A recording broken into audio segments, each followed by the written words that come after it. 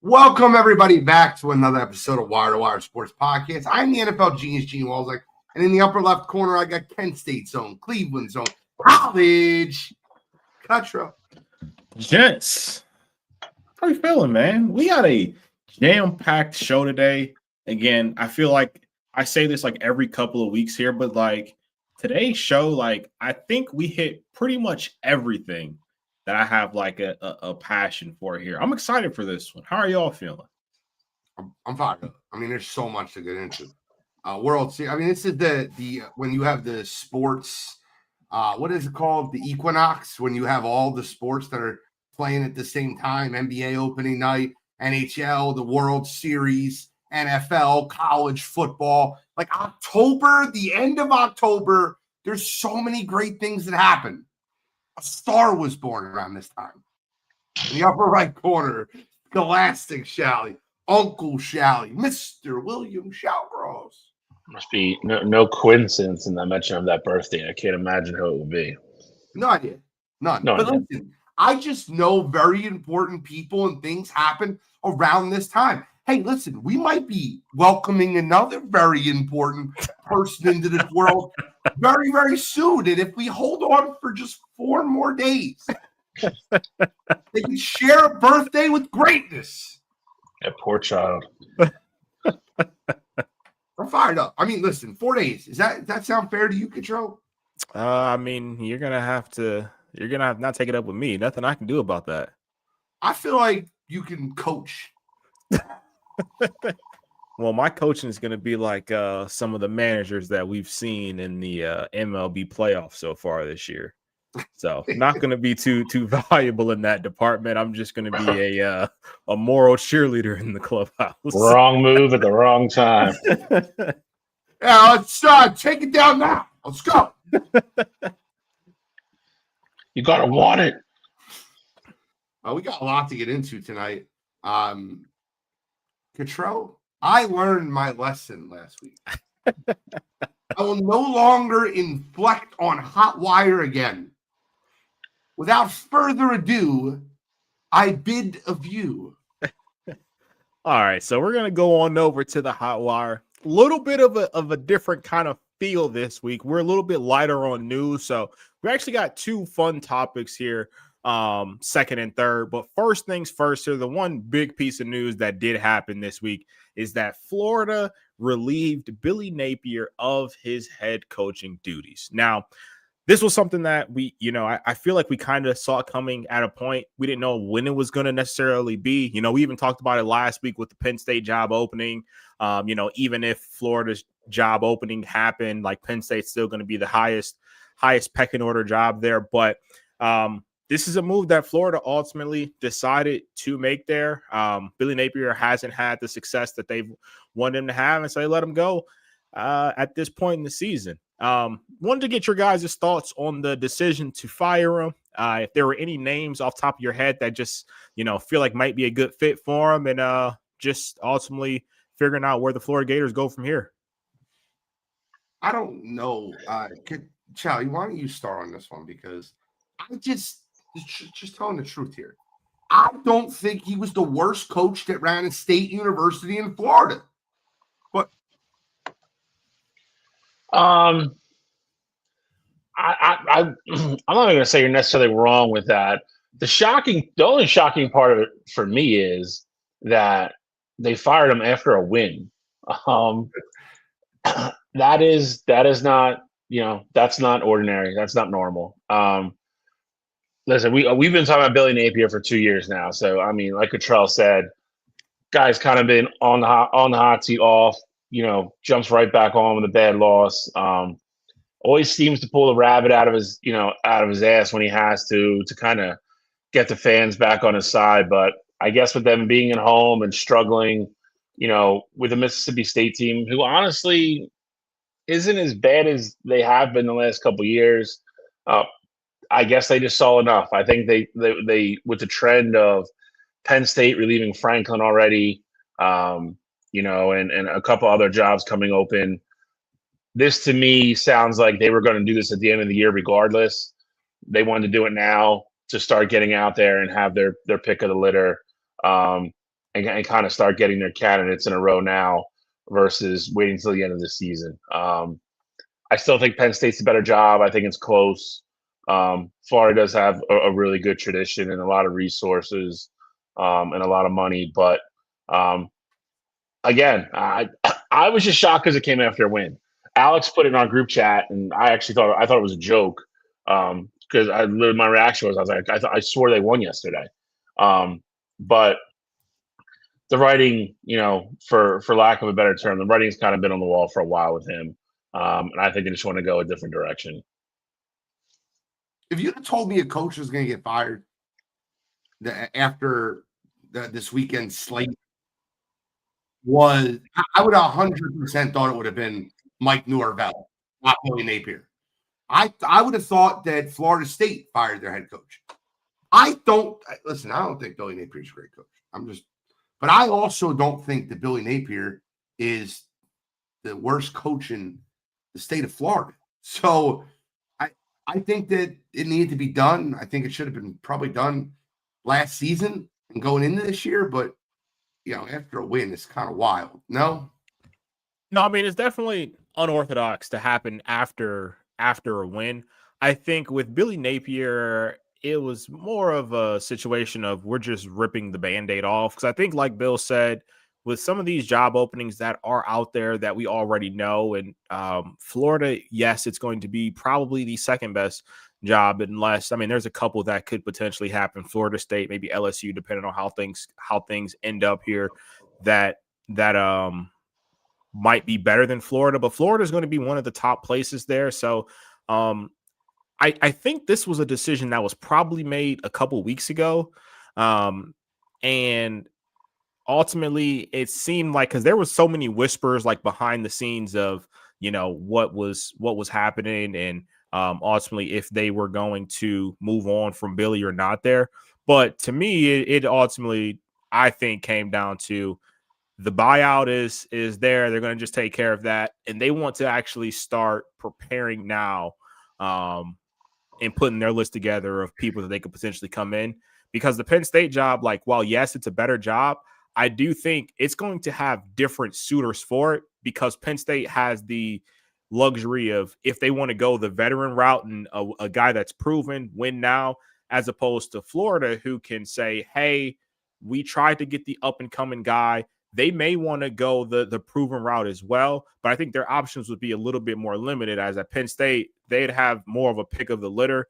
I could see Florida being a retread place. Like, maybe they go after a guy like James Franklin, because while his success at Penn State didn't make them happy enough to keep him, if he goes there and turns around the program and they're a 9-10 win team every year, eventually they want a natty, yes. But I think Billy Napier has put Florida, I'd argue, in a worse spot than what they were in when he originally got there. So, but they could also go the young up and coming route. Like I said last week, I thought Brian Hartline, like, this is a good job for him, just with his pipeline down there and the receivers that he goes and gets there. But I think this is just more Florida ripping the Band-Aid off and just saying, hey, we're going to try and talk to as many people as possible. And, maybe we could talk them into coming down to Florida before any of these other jobs potentially pop open. Am I tripping to think that Mike Norvell should have been fired and that Florida State needs to make that move? Like, me and John Thugs are on the same page. He'll be the next one gone. Next three games are tough. Florida State came out with a pretty definitive statement, basically saying that they're going to roll with him for the rest of the season. Now, to me, if you read between the lines, that's basically just saying, hey, he's going to coach these next 5 weeks, and as soon as that's done, regardless if he goes 5-0 or what happens, we're going to fire him at the end of the season. But we don't want him worrying about, right now, worrying week to week about getting fired. Now, with that said, I think Florida State is also an interesting spot. But I also think that they have I think there's two people right away that just come to mind between Jimbo and Dion.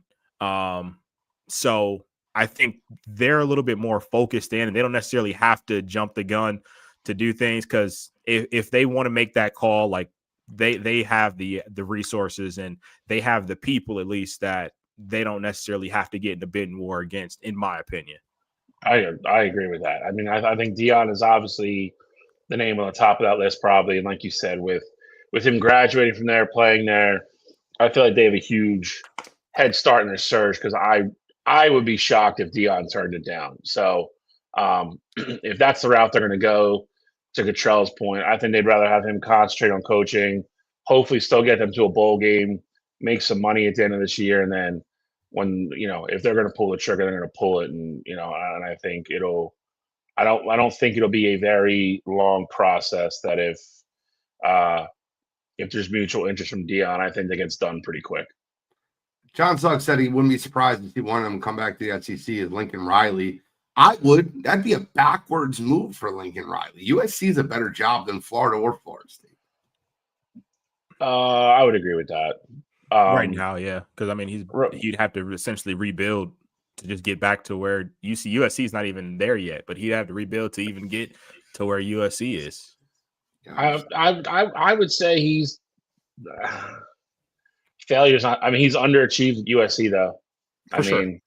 I mentioned that earlier in the year. I think that seat's a lot hotter out there than people would like to admit that it is. Okay. I don't think it's hot at all.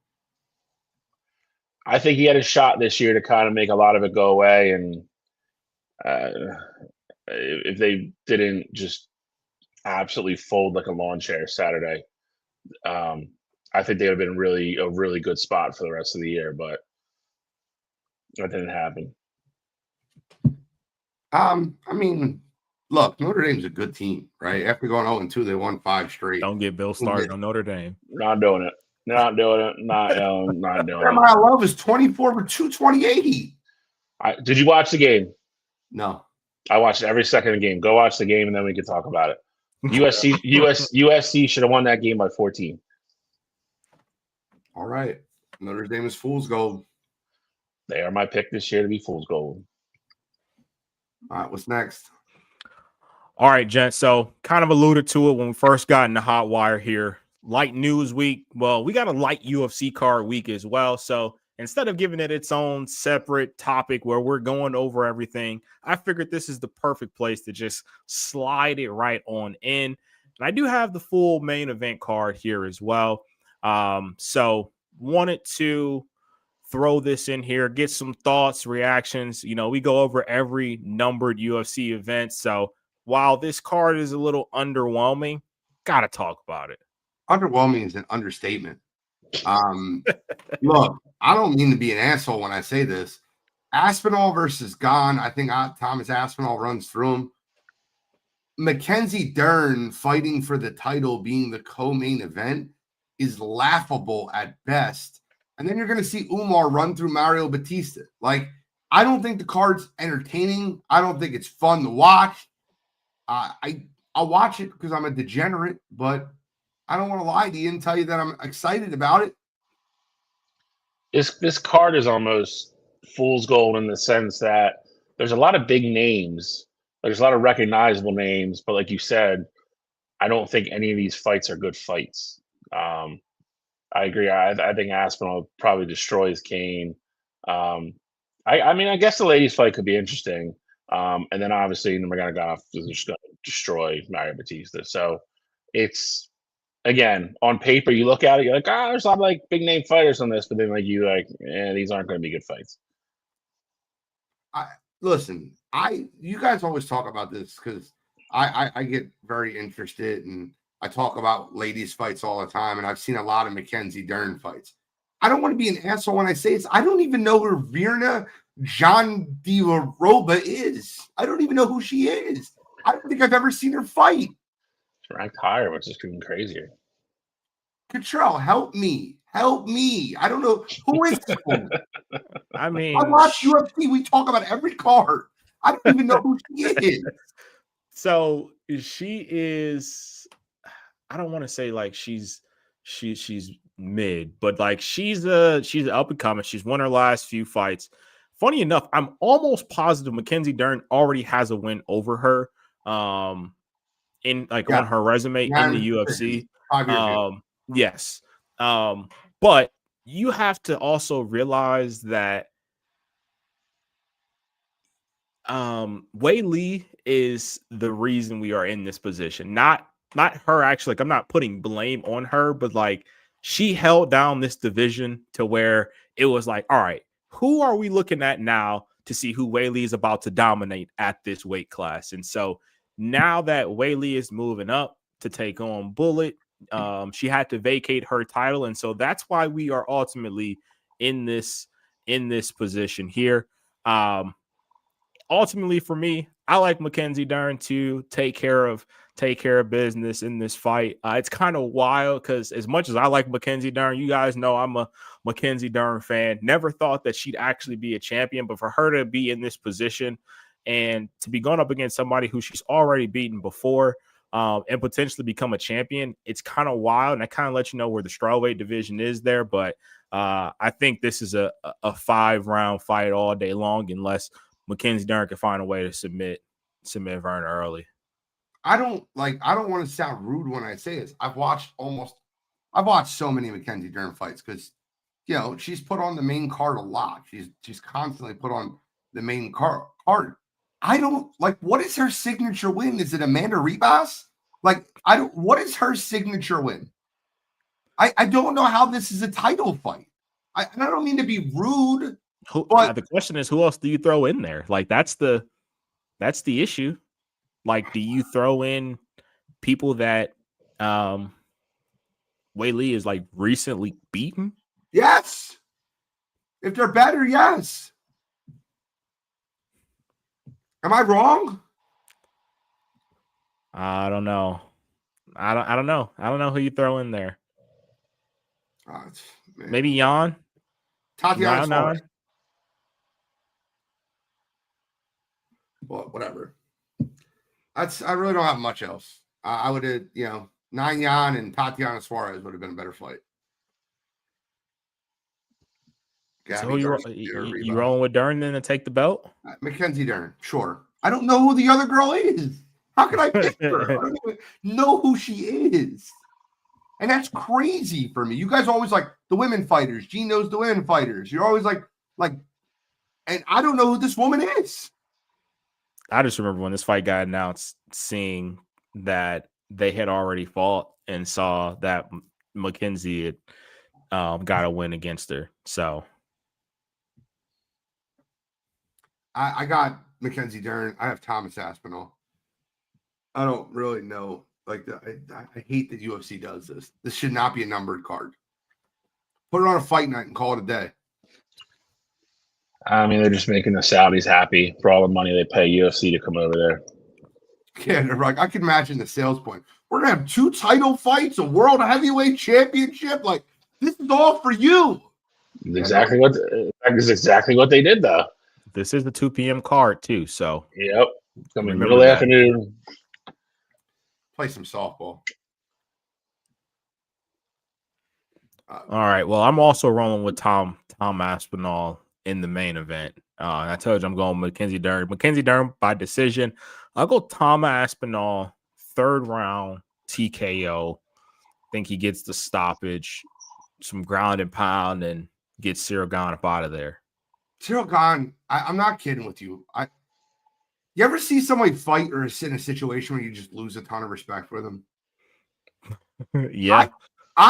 Listen, I know John Jones is a much better fighter than Cyril Gane. Like, I fully understand that. I watched him fight Cyril Gane. I was just like, Cyril Gane just cowered. He's like, oh, fall over here. It wasn't even an effort. Bill, who you rolling with? I'm Aspinall and Dern. Gane is the guy that gets to this fight every time in the Gene's point, then shrinks and disappears, and then goes back down the ladder and comes back up and then does it again. So I think Aspinall stops him in the 2nd round. And again, if Gene doesn't know who a woman fighter is, I sure as hell don't. So I'm going with the woman that I do know in the fight, which is Mackenzie Dern.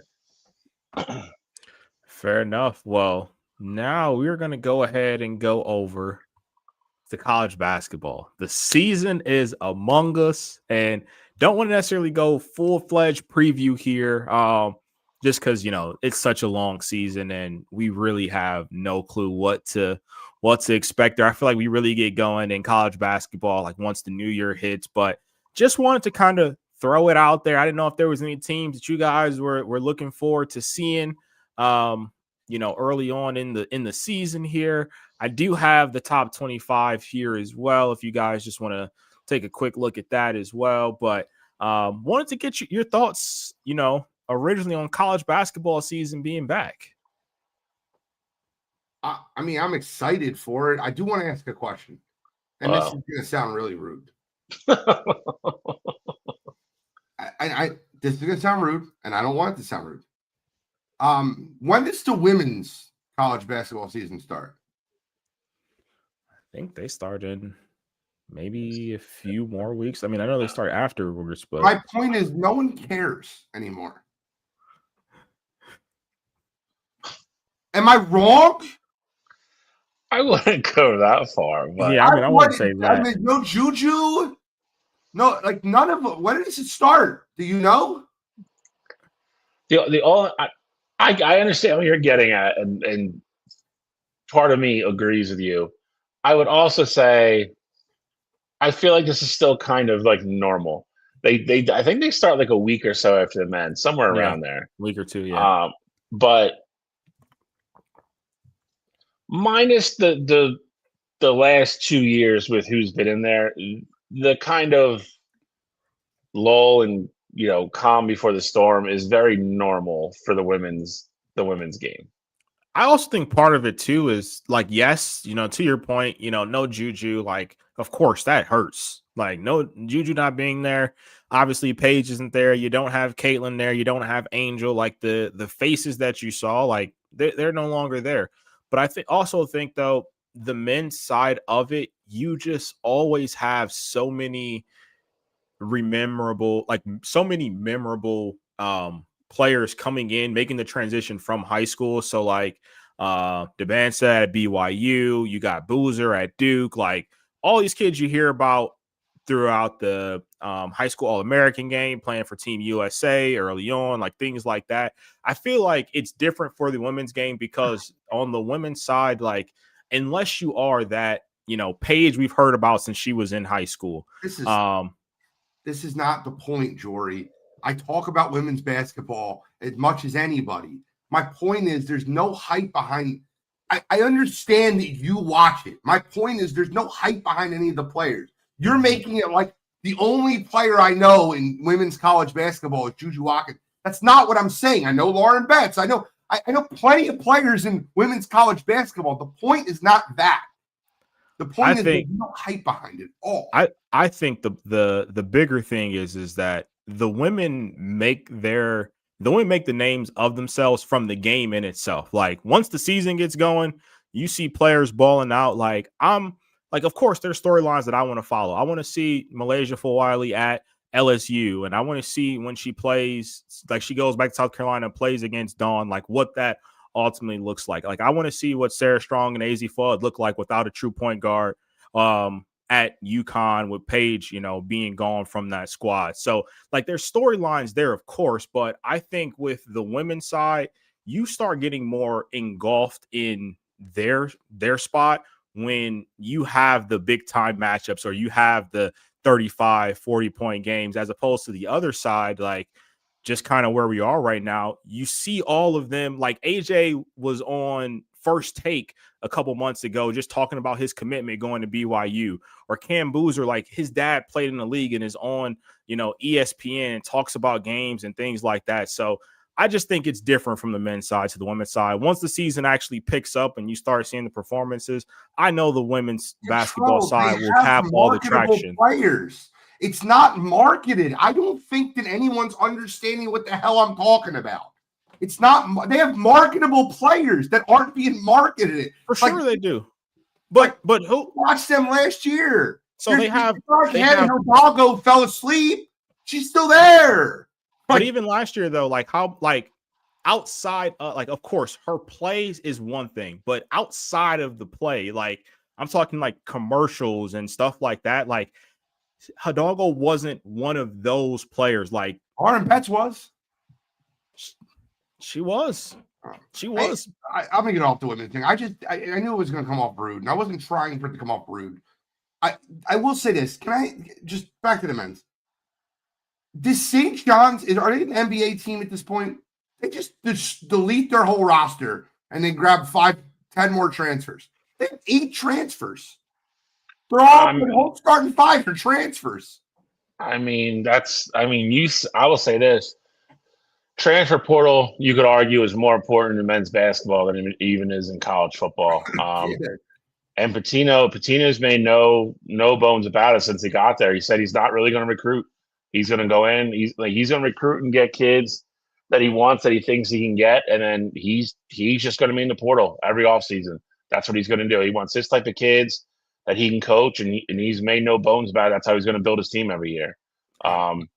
It's crazy, but I mean it's the world we live in right now. I love the Bryce Hopkins move. I'm just being honest with you. I love that move for them. I think the kid from Providence. I watched him play Nova. Man, good ball player. Very good.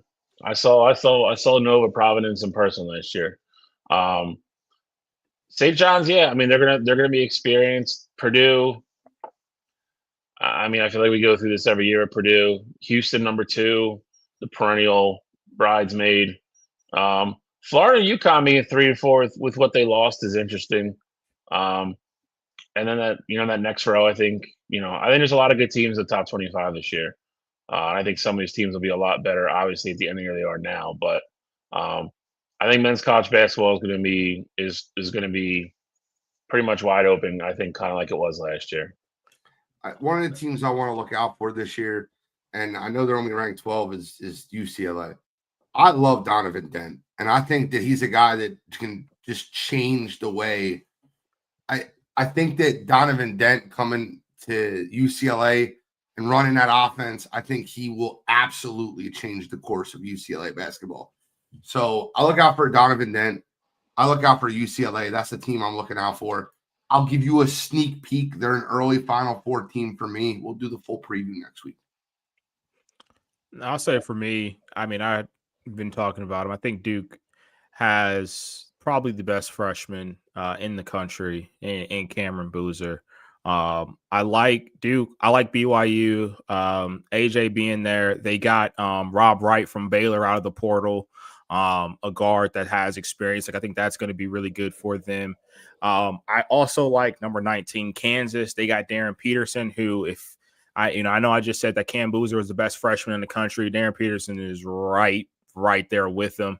And then another team that, not necessarily on here, I think kind of cleaned up in the portal that I think can be a sneaky good team is Kansas State. Getting PJ Haggerty, probably for my money, I'd say pound for pound best player from the transfer portal. And they also picked up Nate Johnson out the portal there as well. I think Kansas State has the opportunity to surprise a lot of people and, end the season top 25 and be a tough outcome tourney time. Tennessee is also going to win a lot of games. Jacoby Gillespie being there is, you'll see. Yeah, I mean, listen, I think the intriguing thing is, and we already mentioned a bunch of them, is how some of these teams are going to take the step from losing, their best players from last year. Like Duke, what does life after Cooper look like? You just mentioned Tennessee, who relied on those 2 guards forever. How fast do they rebound and rebuild? Kansas, same kind of thing. They lost their 2 best players. It's going to be interesting how fast those teams can come together and kind of get moving. And the John Suggs, yeah, I think Hubert Davis is absolutely on the hot seat. I don't think this kind of warm, kind of weird thing they have going on in North Carolina is going to be able to last too much longer. I think a lot of people in North Carolina maybe thought, Duke wasn't going to kind of stay where they were with their hire, and that's obviously not the case. So UNC's got to get their shit together, and they got to do it quick. All right, we'll do a full preview next week. Yeah. I think the other thing that helps the men's game is to go back to your other point, they have all the preseason crap. They have the Maui, they have the Battle of Atlantis, they have all that stuff. Like UConn's going to open up probably against Southwest Connecticut State and win by 92. I think it's that part. It's easier for people to get into the men's game because at 11 o'clock at night they can turn on and watch Duke versus Kansas in Hawaii, and it's like, oh, this is a big time game already. Bang. Well, yeah. I mean, and it's like I said, I'm, nothing against anybody, but I'm not watching Connecticut win by 80 against a team, that they're wanting to be a spread or a money line on. So looking forward to it. World Series starts Friday night. right. Yep. I remember being on the show last week, and Cottrell gave them the highest percent chance to come back with Toronto. We basically, I think you said 20% too, Bill. Yep. Give them a 10% chance to come back. Down 0-2, losing their first 2 games at home. And then they took control of the series to tie it up at 2, winning both in Seattle. And then Seattle, a couple big hits, won them game 5. They went up 3-2, going to Toronto. Game 6 was pretty handled by Toronto. In game 7, you're like, all right, Toronto has control again. Toronto doesn't do well with control.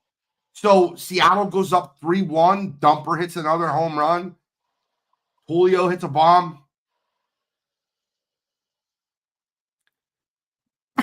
Poor management in baseball Rampant. is rampant. It's crazy how I watch. Look, I'm just a Joe Schmo from the couch, like I am, right? But I refuse to believe that I can't do a better job than some of these assholes. We'll not that. I refuse to believe it. You got a guy in your bullpen. It's their second and third. They bunt the guy over. His second and third, there's 1 out. You're up 2 runs. You got a guy in your bullpen, Andres Munoz, who has pitched great for you guys. Great. He's sitting in your bullpen, and you refuse to go with him. You stick with the guy that's already. I was baffled watching that game. And Bizzardo hangs him a slider, and George Springer didn't miss it. He didn't miss it. And it was very obvious that he was struggling a little bit with his control. He was missing his mark multiple times. Even though he didn't walk a guy, you could see he was missing down the middle of the plate. George Springer just didn't let him off the hook. George Springer did not miss. Listen, I've been a proponent. I'm an old school guy. There's no ifs, ands, or buts. I think analytics has a place in baseball. I think in a lot of areas and a lot of situational baseball, it's overtaking the spot of the manager having a feel for what's going on in the game and what he should do, a gut instinct, and or just going with what they've gone with all year. To your point, it's one of my biggest gripes with Rob Thompson and the Phillies. You see him sit on that top step, and he just flips through the binder all the time, and you can tell what's coming. And a lot of times it's wrong. I don't care what a computer spits out, the percentages are, the odds are. In baseball is a very important sport in regards to what Gene was talking about. You have to trust what your eyes are seeing. And if you have a guy that's like, okay, not walking anybody, but he's not sharp, you're running the risk of him overthrowing a splitter and leaving it, dick high in the middle of the plate and a guy hitting it over the fence. Like you have to be able to have a feel for the game, the feel for your players, and the feel for the situation. And I think there's too many new school managers in the game right now that don't have it. You're relying on a bunch of, you're relying on a bunch of younger kids running simulations through computers and giving you a printout saying this, and this. Is it going to be right sometimes? Sure. But that stuff can't, to get back to Gene's point, those computers can't predict emotion. They can't predict nervousness. They can't predict any of that stuff. There's no room in their model for that. And again, if you're a manager and you're sitting there and you're watching him either overthrow or just miss spot pitch after pitch after pitch, he wasn't comfortable. And you saw he threw the first one outside, missed, came back with the same exact pitch, middle in. Major league players are not going to miss that pitch most of the time. They're not. and he made him pay. And it sucks. It was a great series. It was absolutely fun to watch. And Seattle was 6 outs away from the World Series, and I think you have to put a lot of it.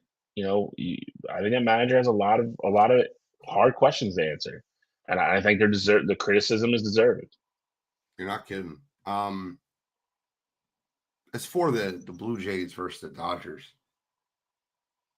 Control, I look at this matchup as if the Blue Jays are a good hitting team, but not as good as the Dodgers. The Blue Jays are a decent pitching team, not even close to the Dodgers. The spread on the series is Dodgers minus 1.5. I think that's a layup. It's a lock. The Dodgers, this series ain't going 7. Are you out of your mind? The Dodgers have arms on top of arms on top of arms. They can throw anyone from Snell to Yamamoto to Ohtani to Glass now. They got guys coming out of the bullpen throwing 100 miles an hour. How does Toronto keep this a series? Honestly, this is going to sound so basic and such a duh comment. The way Toronto is going to have, like, if they want to win the series, the way they're going to have to do it, they're going to have to score more runs than the Dodgers. Like that, not just in the literal sense, but like I'm talking 5-6 runs a night. I'm saying that this is a Blue Jays team that is going to have to put runs up on the board. They cannot go into games and go ultimately to, trying to win a 3-2 game with the Dodgers. Like that's not going to work in this series, especially if the Dodgers pitching staff, like you don't want them in a situation where, Glass now is going 8 or Snell is going 8 or Yamamoto is going 8. Like you do not want that to happen. And if that does happen, you're going to find yourself in a lot of trouble. So for me, I think it's going to be like for the Blue Jays, like their blueprint ultimately is make sure the Dodger starters don't go past 5. Like if they go 5, cool. But once you get into that Dodgers bullpen, like that is where there are chinks in the armor.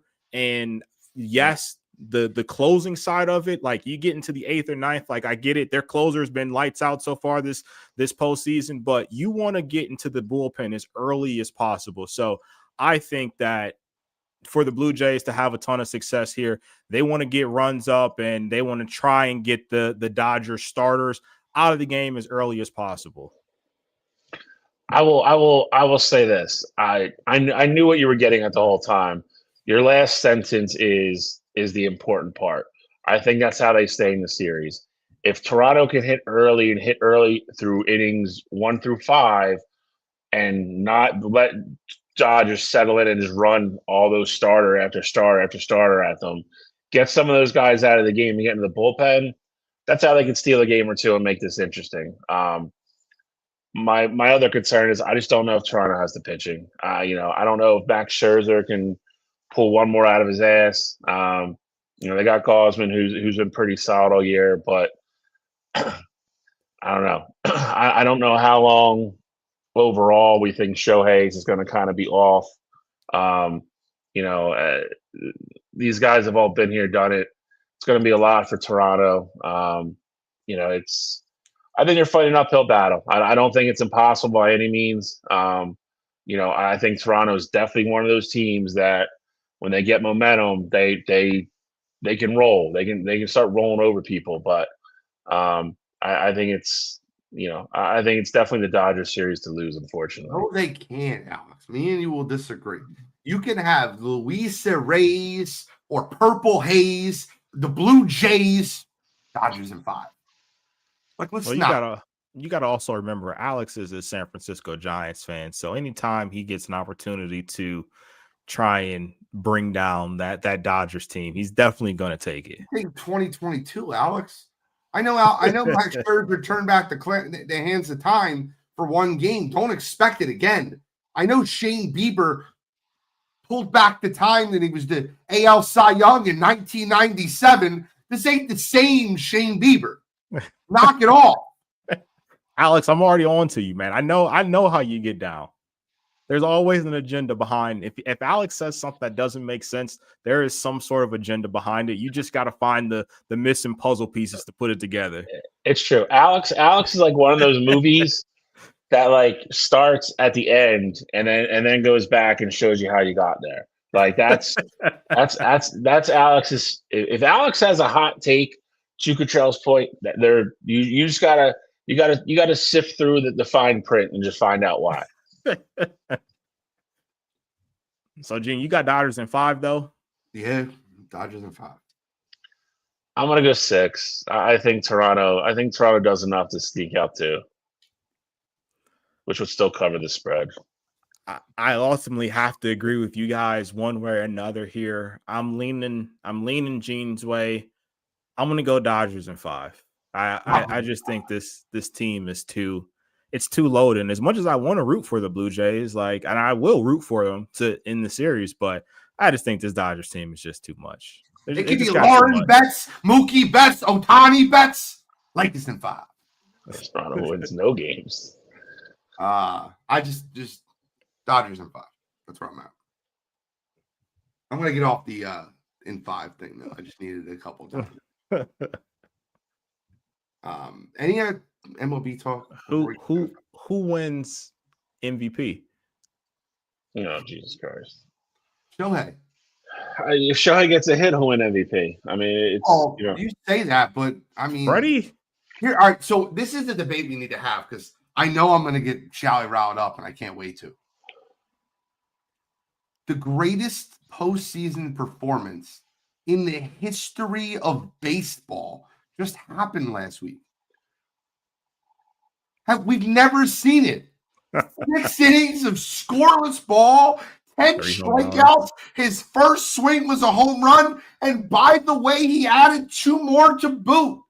3 for 3, a walk, 3 home runs, 6 shutout innings, a win, 10 strikeouts. There's nothing better. Shally, he's the greatest player to ever light them up when it's all said and done, and you know it and you hate it, and that's okay. None of that. I don't disagree with single game performance. I don't disagree with that at all. Nobody's ever done anything close to it. Okay. I'm saying this. You look at what he did the first series and what he did the beginning of this series. Like not pitching has been fine, but hitting, he was terrible. And he had that one game. That one game won him the MVP. That's all I'm saying. You're right. You're right about that. I'm not gonna lie to you. When he won the MVP, I was a little bit. That's all I'm saying. He was definitely batting. He was batting 1-something before that performance happened. That's all I'm saying. I'm not taking anything away from the. I'm not taking anything away from the game because I will not argue that's the craziest one game playoff thing that I've ever seen. And again, there's nothing you can compare it to it even back from the 40s, 50s, and 60s or anything like that. So I will 100% give him his credit for that. I'm just saying up until that, he had no business being in that conversation. If Ohtani did put money on the Blue Jays, though, we are in trouble. Well, you gotta get some of that $23 million back. His interpreter did. Yeah, just use his name. By the way, listen. Should be in jail. I don't know. We don't know, but you're right. I don't know, but I this is here. Let me tell you the things I do know. It's the fastest closing. Federal betting RICO case to ever close ever. And the guy went from getting 20 years to 5 years, and he was thrown in jail and gone all in the course of 3 weeks.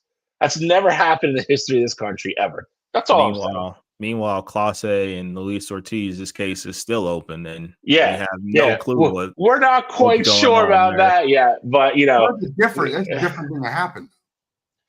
Yeah, because Shohei put another $23 million in that guy's bank account to say I did it and plead guilty, and he's gone. And no, I know. 5 years from now, we'll never talk about him again. One of them. Let's just say Shohei did what you said, and he bet on baseball.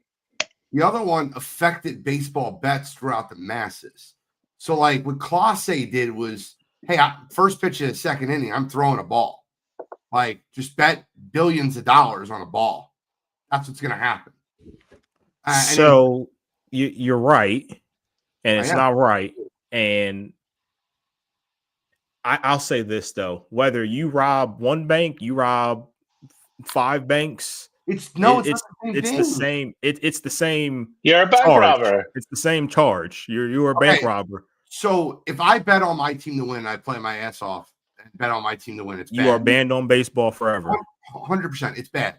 That is not the same thing as I'm going to throw a game and destroy the integrity of the game. My point is that I get what you're saying. One is worse than the other, but at the end of the day, you are banned from baseball for life by doing the same rule. I agree with you. I agree with you. I agree with you. The semantics of it, you're 100% right. If you're betting against your team, not only you're breaking the rule, you're a scumbag. But even if you're betting it to win, you're still breaking the same rule. I get what you're saying, and I don't disagree with you. Okay. Just making sure. Same. All right. Doesn't mean that one should go by quicker though, as far as judgment or figuring out what the hell is happening. I mean, there's no other people involved in the other one. The bookie, Otani's bookie or whatever, his interpreter was just like, man, I did it. It was me. The fall guy. Listen, somebody went to Chris Carter's class. I was waiting to see when it happened. Somebody went to Chris Carter's class. That guy's going to get out of jail in 4 years. He's going to live the rest of his life in luxury. Yeah, in a mansion. Yep, nobody's going to give a shit. Show agents right now. The jail he's in is not a real jail. They got him in a Club Med. Yeah, he's in a white collar jail. All right, let's move on to some football. Football? We doing football? We should do trivia. Well, no, let's do football, and we'll do a recap. Then we'll do trivia, and then we'll do pick'em. This way, it stays on track. I'm saying we just get trivia out of the way. Then we don't have to interrupt football. Gene's big on 8 o'clock trivia. Yeah, I am. I know. 8 o'clock trivia. All right. Well, wait. I'm just saying. We'll do trivia.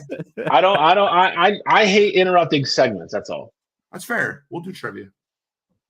All right. Well, we're sticking with baseball, gentlemen. All right, I gotta flip this over.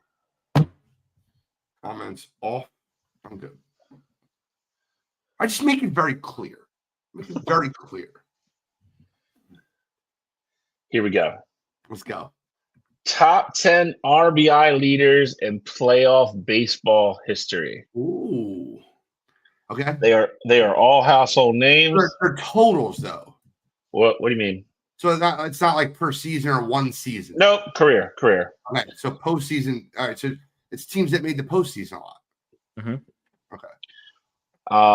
And a lot of the people outside the top 10 are also big names. So in case we get into a tie, I will just simply say they're not in the top 10. Okay. I mean, that's fair. Gene won, so Gene's up. I'm just gonna go with guys that played a lot of games in the postseason. I don't necessarily think this is give me Derek Jeter. Derek Jeter is number 6 with 61. Just to give you a little bit of a. I appreciate that. I kind of need that. How many did he have? You said 61. Okay. Derek Jeter was the first person that came to mind for me as well. I'll go with Alex Rodriguez. Not on the list. Ironically, I was very proud of myself that I got number one. Before I looked this up, I had a good idea who was number 1, and I was actually right. Okay. Altuve. Cheater Altuve is number 7 on the list at 56. All right. By other guests outside of A-Rod, I was going to go with Albert Pujols. Albert Pujols is number 9 with 54, 2-1. Mr. October. Reggie Jackson is not in the top 10. How? In what world is he not in the... I'm going to go with... I'll go with Manny Ramirez. Manny Ramirez is number 2 with 78. It's actually, hold on. It's actually 3-2. Reggie is tied for number 10 with 48. Thank you. Sorry, 3-2. You're fine. But Manny's number 2 with 78. Well, if Manny's 2, then we got to go with Big Papi. Big Poppy is number 5 with 61. You're welcome. 4-2. I'm not gonna lie to you, bro. If you didn't say Manny, I wouldn't have thought of Big Poppy. Swear to God. When you said Manny and Manny was number 2, I'm like, oh shit. I just, Poppy was Manny, yeah. Get it? Oh, they made the playoffs enough.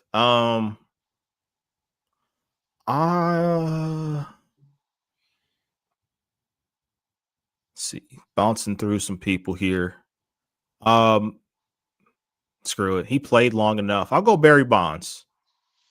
Not on the list. How old is this like the history of baseball? Yeah, but I will tell you. Like, I don't know if RBIs were like a huge stat in the 1920s. Reggie Jackson is the oldest person on the list by a mile. Okay. That's exactly. Everybody else in the top 10 is our generation. I'm just making sure because like Garrick and Ruth were about to come out of my mouth. So I'm just double checking. All right. So. Oh, I think I got another one.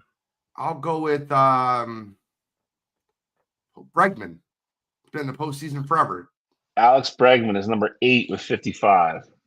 Oh, brother. So Gene's at 5. Gene's dormy. I'm gonna go with a guy who played a ton of years. I'm gonna go with Miguel Cabrera. Not in the top 10. G can wrap it up right here. Well, I'm just gonna go another Astro. Do I want to? I'm not doing that for just the sake of him breaking my heart. He knows exactly what I'm thinking right now. Give me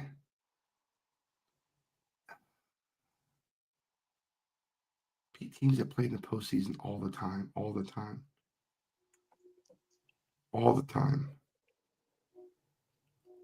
We're missing number 1. Yeah. You need number 1, number 3, number 4. Wait, it's 5-3? I think it's 5-3. Well, there's 2 guys tied for 10, so it's 5-3. Okay, I got another one. So we need 1, we need 3, 4, and the other guy that's tied for 10. George Springer. Not in the top 10. Freddie Freeman. Not in the top 10. What? Mookie Betts. Not in the top 10. Am I going to have to do this? All right, let's go through some people here. You know exactly where I'm at, Joe. I do.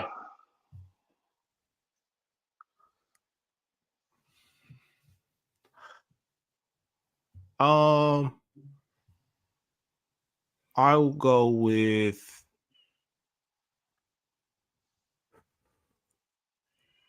this is tough.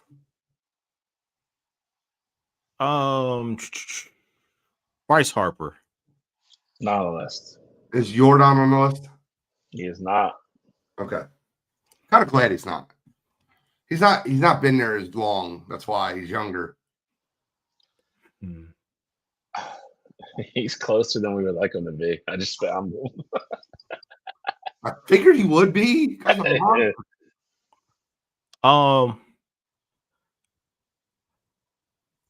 many games. He also played with the Dodgers for a bit. I'll go Chase Utley. Not on the list. Do you want hints? Yeah, sure. Number one was teammates with somebody else that was already a correct answer. Okay. Number 3 is, you can say the same for number 3. Number 4 is the toughest one in my opinion, but he played for 2 of the teams that were already mentioned on here. Number 10, I don't know how to give a hint for him without giving it away. Give the years that he what was the time frame? Who? About number 10. You said you don't want to give it away. Just give us a roundabout time frame. He's still playing. Very much. I would say still okay. All right. That's enough. Still playing is enough. I'm gonna go with one of those Yankees teams. It's gonna be Paul O'Neill. Paul O'Neill's not on the list. All right, who's? I'm interested on the still playing one. I'm thinking of those '90s Yankees teams. I feel even more better about myself that I knew this before I ever looked it up. Now that you two are struggling. Good. Oh, I have one. 100%. I have one. I'm gonna go.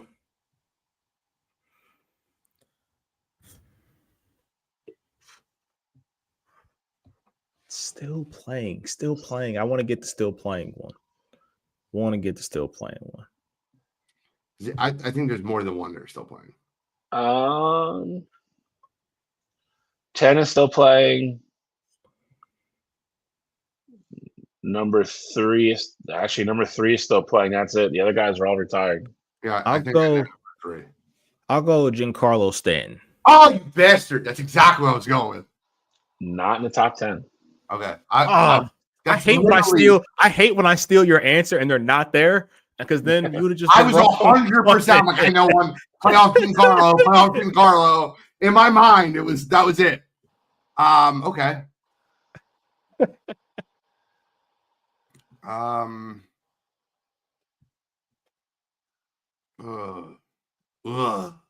Dustin Pedroia.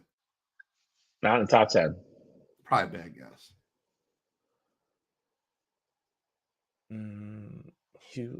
Then the other hint was that they were on a team that players that were already mentioned. Yeah, already mentioned. So you got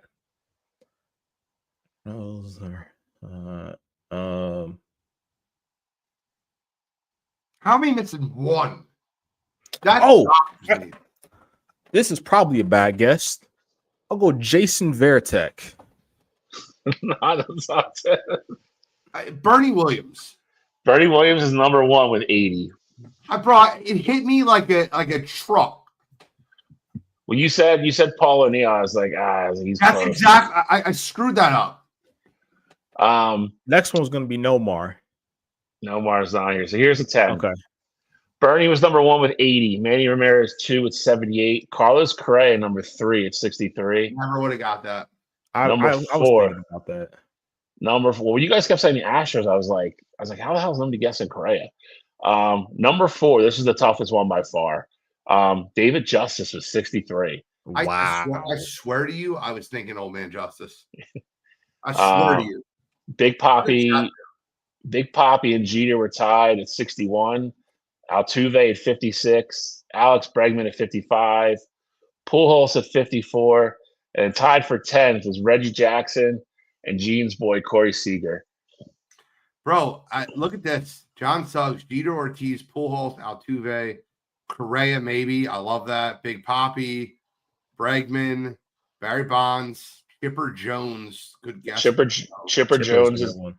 Chipper was third. Bernie Williams. I wish I would have got that earlier. Old Man Justice, Bernie Williams, Goldie. I said Reggie Jackson. He was 10th. Chipper Jones. Yeah. Chipper was 13th with 47. Yeah, who was like 11 through like 20 if you have Buster that. Posey's a great guess. So Springer and Chipper are tied after Reggie and Seager. Stan had 44. Justin Turner with 42. Shane Victorino with 42. Oh my God, I love me some Shane. Grand slam off of CC Sabathia. Was that game? Carlos Beltran with 42. Edmonds with 42. Posada with 42. Jordan's number 20 with 41. Aaron Judge is 41. Lance Berkman 41. A-Rod 41. Mookie Betts 40. And then rounding out the top 25, the first old guy, which is this is a crazy stat when you think about it. The first old great on this list is number 25, Mickey Mantle with 40. Where was Giancarlo? 14. That's wild. There's definitely some names. Posada being on there didn't cross my mind, but makes sense. That Yankees lineup was so. That Yankees lineup. I know I said Paul O'Neill before Bernie Williams. That was a brain fart. It was a brain fart. Going Knoblaw to Jeter to Bernie to O'Neal and Justice, like that lineup was ridiculous. Old man Justice was the man. The Yankees are still paying him so much to not be on their payroll. I'm just kidding. That's what the Yankees think about you. You ever hear him talk about that? Who? Which one? David Justice talk about Moneyball? He's not like the hugest fan of it. No, he hates it. Because they don't talk about how many great players were on that team, like Hudson and Mulder and Zito. Like they had Zito, an all-star pitching staff. Yeah, they had Tejada at short. They had Eric Chavez at third. But that's not good cinema. That's not good cinema if you traded Carlos put it that way. Carlos Pena first. Yeah. Could you imagine like that if that didn't work out and you're explaining to the Oakland A's fans that you traded Carlos Pena to start Scott Hatteberg?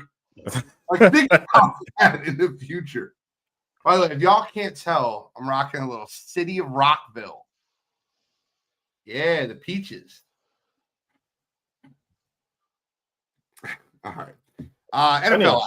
Funny you brought that up. I actually read an article about that movie the other day. It was actually it was really cool because it was like the 30th anniversary of the release date or whatever. And somebody did like a whole thing because they filmed like most of that movie in like this little town and like how everybody interacted with like all the stars and everything. It was really cool. It was a really cool article. I want to get in the NFL. Do it. And I think the part of the NFL that I want to get into is just like some crazy occurrences this last week. And one of those crazy occurrences, I'll start with this one because we didn't get a chance to talk about it, was the Unk Bowl, the Icy Hot Bowl. Joe Flacco turning back the hands of time, 31 of 47, 342 and 3 touchdowns, and beating the Steelers. And by the way, Aaron Rodgers played a hell of a game. You give credit where credit's due. He was 23 of 34 for 4 touchdowns. Threw a bad pick. Threw an awful pick. Awful pick. You're right. But that was a great football game. Flacco. That's the Amazon Prime game this year. For sure. Oh, by far. And Flacco was running off the old like 1992 Madden playbook though. It was hilarious. Pass left to Chase. I mean, yeah, it was just pass right to Chase. Is Jamar Chase right there? Oh yeah, okay. Yeah. We're gonna throw him the ball. Pass short left to Chase this time. And then he ran a read option late in the game to ultimately help kind of seal it, which was insane because that is 100% the last thing that I would have ever expected. Joe Flacco going for 11 on a read option, pick up a first down there. But you talk about Moneyball, like it almost feels like Cleveland is trying to be Moneyball here. Like you trade Joe Flacco, who granted we see he could still play. He wasn't doing much in Cleveland, but you give him to the Bengals, and it's like their GM is basically forcing the young rookies to be from 1 and 2. Like, oh, you don't want to play Gabriel, you don't want to play Shador. We're gonna trade Flacco. Flacco doesn't play for us. He's hopping on the train. He's going down to Cincinnati to start. I'm sorry to say this, Kittrell. Cleveland is a place where quarterbacks go to die. I mean, it's no reason to be sorry there. I mean, that's everybody at this point. Everything's worse. You're right. We're not. It's nothing to argue about there. You're 100% right. Baker's an MVP candidate. There it is. Here we go. I knew that was coming. How to play football. Joe Flacco goes to Cleveland. He's washed. He leaves Cleveland. He throws for 350 yards. It's just something's wrong. And here's the thing, right? Control will back me up on this too. I think Andrew Berry is a great GM. Yes. If you go through the Browns draft picks of the last 6 years, they've drafted insanely well. They have so many players in their prime. Like, just think 7 years ago, 8 years ago. They had prime Nick Chubb, prime Denzel Ward. Like, they're all homegrown players. That offensive line, there's 2 or 3 all pros on that line. It's just the quarterback position that seems to be the issue. So maybe Dylan Gabriel, maybe Shedeur Sanders. I don't know. But that defense at home, it almost feels like I would never want to play Cleveland in Cleveland right now. How realistically at this point? And again, I think you need to give him his flowers, like you said, for drafting. But I mean, he also had a hand in this enormously horrible trade. Yeah. How far back has Deshaun Watson set this team now? I mean, it is definitely a great length back there, but even still, like, of course, it was a swing, it was a miss. Like, you get an F for the grade there, but like, I can't fault him for making that move. Like to Gene's point, you have all these guys, you win a playoff game with Baker, you ultimately lose to the Chiefs and Chad Henne there in the second round, and you say, hey, like, this is a roster that's good enough to potentially compete for a Super Bowl. And Deshaun Watson, whether you like him, don't like him, you know, all the stuff that he's done off the field and all of that, like, at the time was a bona fide top 5 quarterback in football. There was a reason why 14 teams wanted to go after him, and obviously it didn't work out there for him. But like, I can't fault him for making the swing. Of course, I wish it would have turned out differently there. But like, it to me, I thought that's a move to go win a Super Bowl, as opposed to, oh, we're going to be content just making the playoffs because we've stunk for the previous 28 years. Like, I would hate to be a fan of a team that is content with just making the playoffs and that being it. That's always my only pushback on this, though. Like, if he had got suspended for a year and he was coming off that crazy year where he was running for his life every play at Houston and making these crazy plays, and then doesn't get suspended, and you trade for that guy, it's a no-brainer. I get it. But when you take a guy like that and now he's sat out for a year, and now you've obviously discovered he has weird fetishes, character issues, whatever you want to call them. That is where my pushback is. Like, nobody at that point, like, I feel like everybody was like, oh, like you said, there was other teams that wanted them, so like, we should want them too, and like, now we'll overpay for them. Like, that, at some point, to both your points, we have all this like young nuclear core, like of all these really great young players. Are we 100% sure this is the guy? like after not playing for a year, and like I said, I think it's a completely, like, as a non-Cleveland fan, if he doesn't end up having the suspension and all the character stuff, I'd been like, that's a great trade you just guys made. You guys are Super Bowl contenders, putting him on that team. But that stuff did happen, and then you still attacked it the same way, and now it's a horrible backfire that is going to set you guys back money wise and waste a lot of the time of this core. I don't think anybody can sit here and now he's going to come off 2 Achilles injuries. That you'll be lucky if he's a shell of himself. Like, he's never getting back to what he was or anything close to it probably now. The one thing that I want to say, because Gene, I do want to hear your thoughts on it too, and I didn't even think that this conversation would ultimately get here. To the flip side of that, though, is that you're looking at the AFC, like, and yes, Baker's been playing good football, and I know I was criticized. I didn't even want to bring Baker into it. I know, but I'm just saying, like, that was your alternative, like, of what you would have had there. So, by seeing what Baker can be, like, obviously he's turned a corner. Like, he's definitely a more mature Baker and now being in Tampa. But regardless of all of that, though, how comfortable would you have been knowing and seeing the AFC outlook when you know you have to go? Like, do you trust Baker to get through some variation of Patrick Mahomes, Lamar Jackson, Joe Burrow, and Josh Allen? That's what you had to look at. You had to look in the mirror and say, if that was going to, did you feel like you could get through that with Baker? Or did you say, hey, we need to get one of those guys to compete with, the top 4 quarterbacks in all of football? Control. I've always said this. I'll say it again. I know a lot of great quarterbacks win Super Bowls, the way I build a franchise is the way the Eagles, the Browns, like the way a team that builds around their players and then has a quarterback that can get it done. I think if Baker Mayfield within that system that they have right now with that defense as good as it is, I think that team could be a Super Bowl team. I really believe that.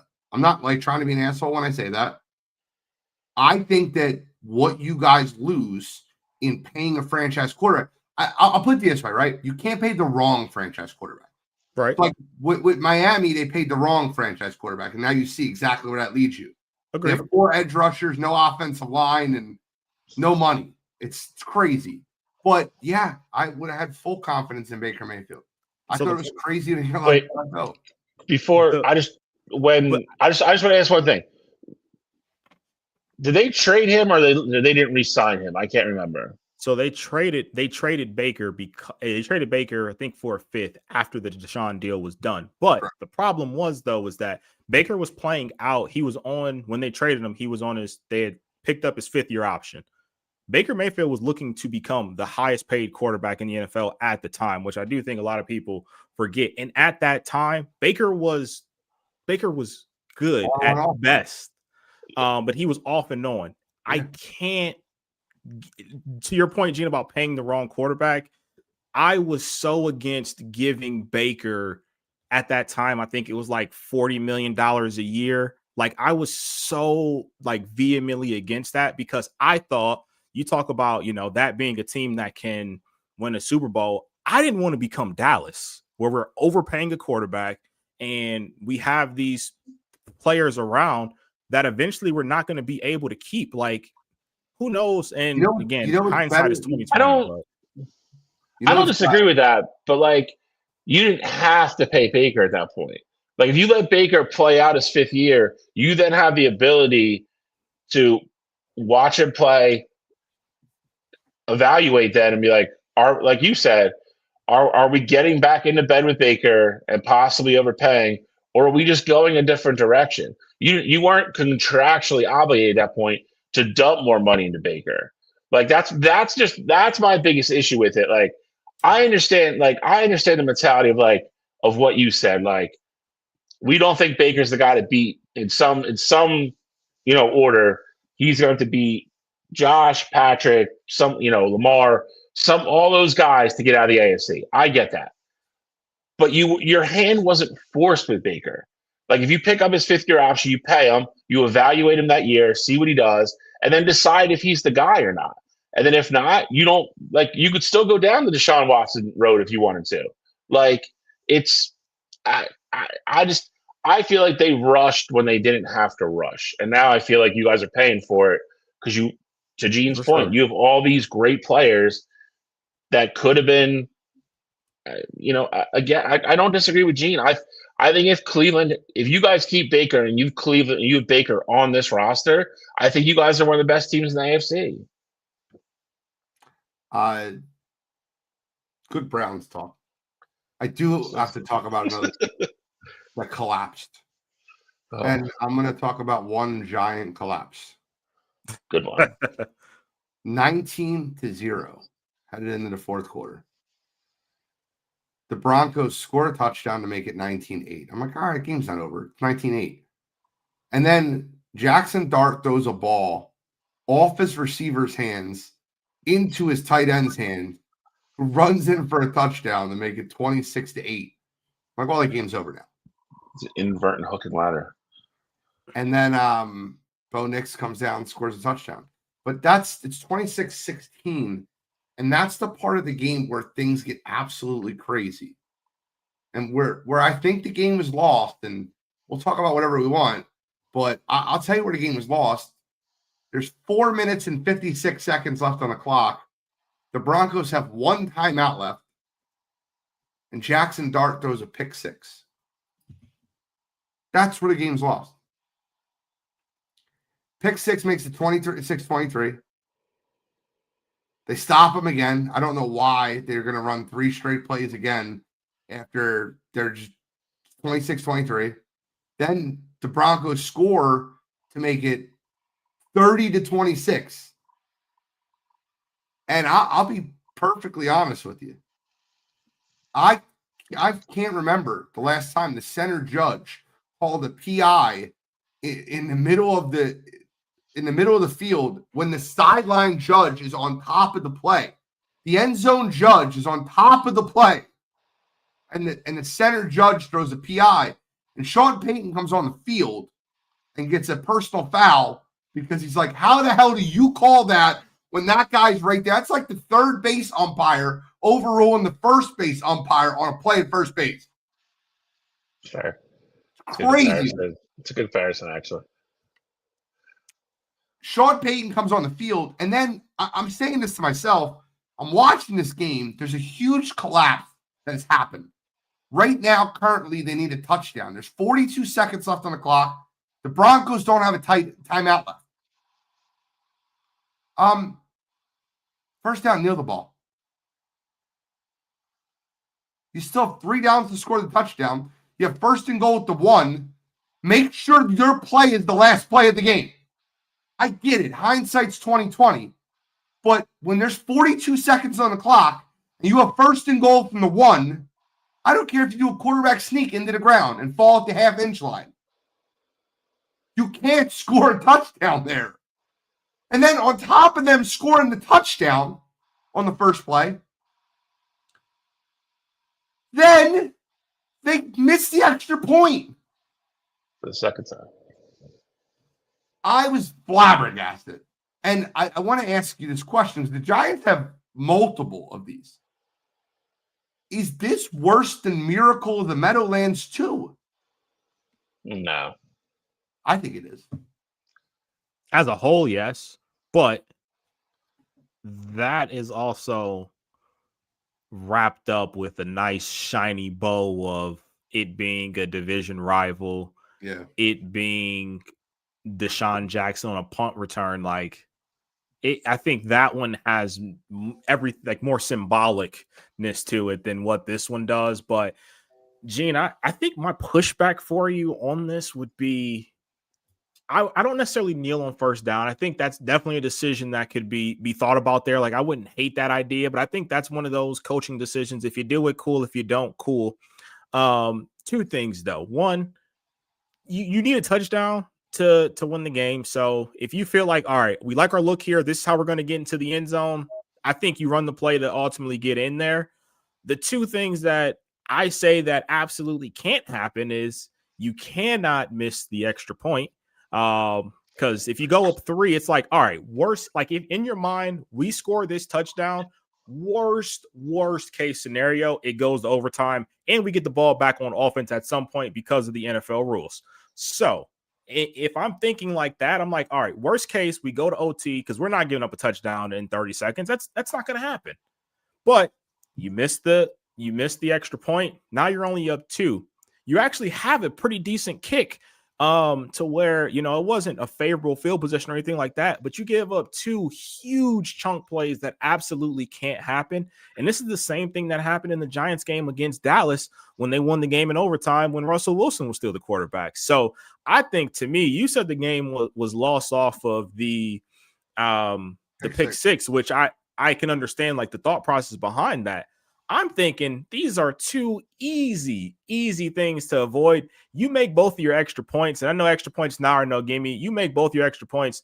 All this is mute anyway, because at that point, the Broncos need a touchdown to win the game. Or if you just make one of the 2, they get the field goal, you go to OT, and your offense is still back on the field at some point there as well. So I think it's just the things that, like, shooting yourselves in the foot is just things that can't happen, especially if it's happened the same exact way earlier on in the year. Like, you have to learn from your mistakes, and clearly the Giants have just not done that. I mean, the big chunk play at the end was all. I mean, honestly, was if you watch it was bad luck. I mean, Nick's the one, the Mims or something. Yeah, the one where the 2 guys jumped up, the Giants guy and the Denver.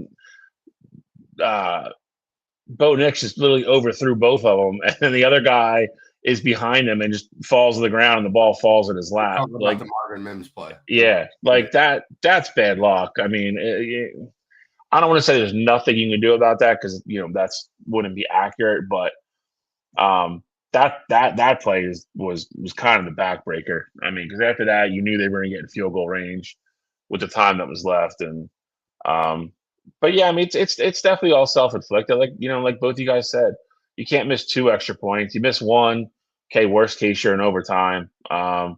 Pick 6 is bad. I mean, that is a meltdown of all meltdowns, though. I don't want to excuse it, but pick 6 from a rookie quarterback, like some things you kind of chalk up to it happens. Like there's going to be growing pains there. There's going to be mistakes there. And again, it's not to excuse it, but that's one of those things where it's like, all right, learning experience. We're still ahead. You've done enough. Like you've been playing good early. We're going to get by that. It just happened at like a really bad time. But that being said, too, to the way we started this conversation, like Gene said, like that PI call was a gift. Like that they never even should have been down there to score that touchdown, if we're being honest. So I mean, it went both ways. I don't think I've ever seen a coach more ready to murder somebody at the end of the game than I did Brian Dable at the end of that game. I literally thought he was going to throw his headset through his defensive coordinator's face. That was hysterical to me. Do you who's the MVP of the league right now? Ooh. We got to get into pick 'em. We got a lot more to get into, but I wanted to get this conversation piece out. Jackson Smith and Jigba. Come on, bro. Let's stop. I know he's the offensive player of the year, but like, who's the MVP of the league? I mean, that's what I think. Baker was the leader. Baker was the leader in the clubhouse, but he had that game, and not going to just go by it, act like it didn't happen. He's going to get a little bit of a pass just because nobody's playing, but JSN's going to have an opportunity to win the Triple Crown. And I don't think any of the quarterbacks have been playing out. Patrick Mahomes. You want to go quarterback? I'll go Patrick Mahomes. I was just going to say, I hate that like Josh kind of fell off. Lamar's been hurt. Jalen hasn't been great. And the resurgent Chiefs all of a sudden now. I feel like that's where we're going to go. Yeah, I'm not doing that. I'm going with Indiana Jones. Bro, there will be that's back in football. He scores 3 touchdowns a game. I was gonna say, I mean, Jonathan Taylor might be the offensive player of the year, and Jigba's not. Okay, so Patrick Mahomes is 1,800 yards passing. Daniel Jones is 1,790. Patrick Mahomes is a 102 quarterback rating. Daniel Jones is a 105.9 quarterback rating. Patrick Mahomes has 14 touchdowns and 2 interceptions. Daniel Jones has 10 touchdowns and 3 interceptions. That sounds like Patrick Mahomes has better numbers. Patrick Mahomes is 4-3, and Daniel Jones is 6-1. Better, okay. MVP's better team record. All right. I'm going Indiana Jones. He's the most valuable player. If they had Anthony Richardson, they'd be 1-6. He's not the most valuable player when Jonathan Taylor's playing like that. I think it's Daniel Jones, Baker Mayfield, Patrick Mahomes. Odds on this? Baker and Daniel Jones are, in my opinion. Eagles Giants this week. I'm going to be very clear. I want to just put it on the record. Super nervous, especially after what just happened last week. I do want to give Jalen Hurts his credit because everyone says he can't throw the football, but threw the ball for perfect passer rating, over 300 yards versus Brian Flores defense. And I will not give Kevin Batul credit for 2 of those 3 touchdown passes. One of them was a broken play. Daniel Jones is 8th right now. In odds? Yep, plus 2,200. Goes Patrick plus 125, Josh Allen plus 350, Drake May plus 700, Baker plus 900. Stafford plus. The MVP odds right now are projecting. They're projecting on bets.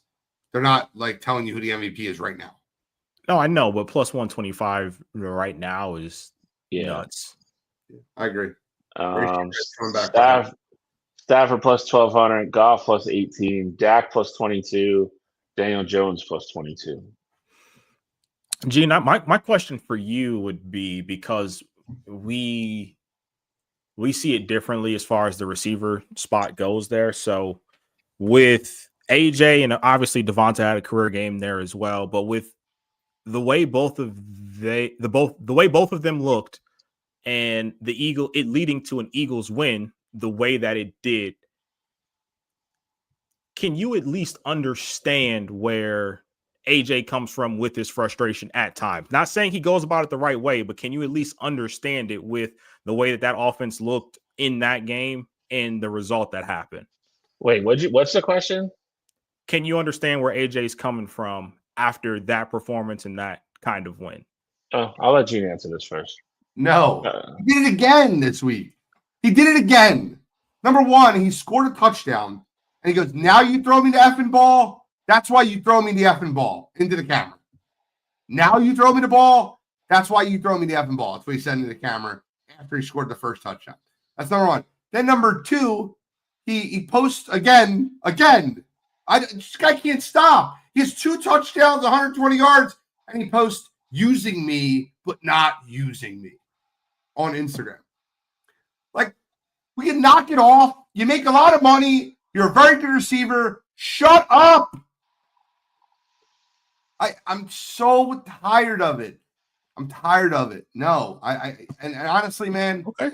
I just and the problem is this, right? We come out of that game. Jalen Hurts is probably most prolific game as a passer, not his best. I'm tired of people saying that was his best game. The Super Bowl is his best game. To do that in a moment, and the second best game was the other Super Bowl he played, where he scored 3 rushing touchdowns and was fitting the ball in every window in the world.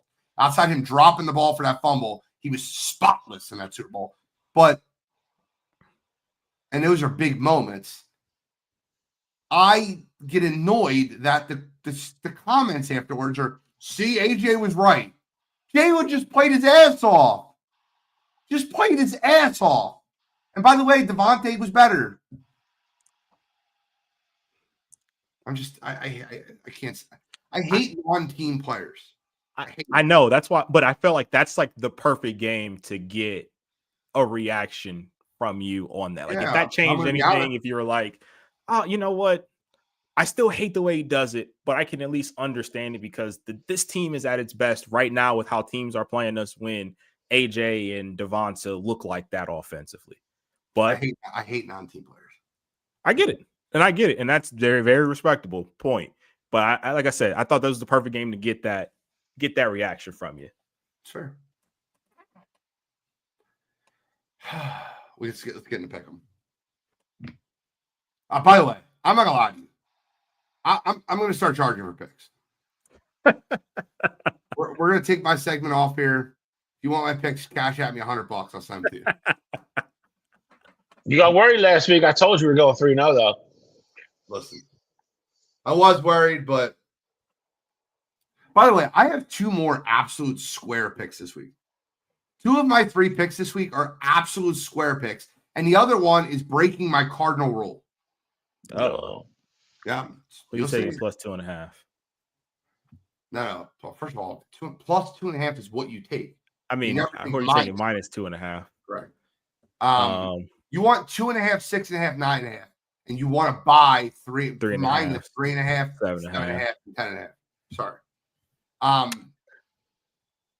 Control. What do you got?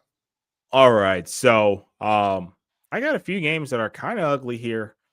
First one being, I'm going to take the Atlanta Falcons minus, ironically enough, 7.5 at home versus the Miami Dolphins. I think at this point, the Dolphins are just going out there because they have to collect the check. And I think Atlanta, they will be able to run the ball a ton. Bijan Robinson is going to have a career day there. And I think Atlanta puts it on Miami at home.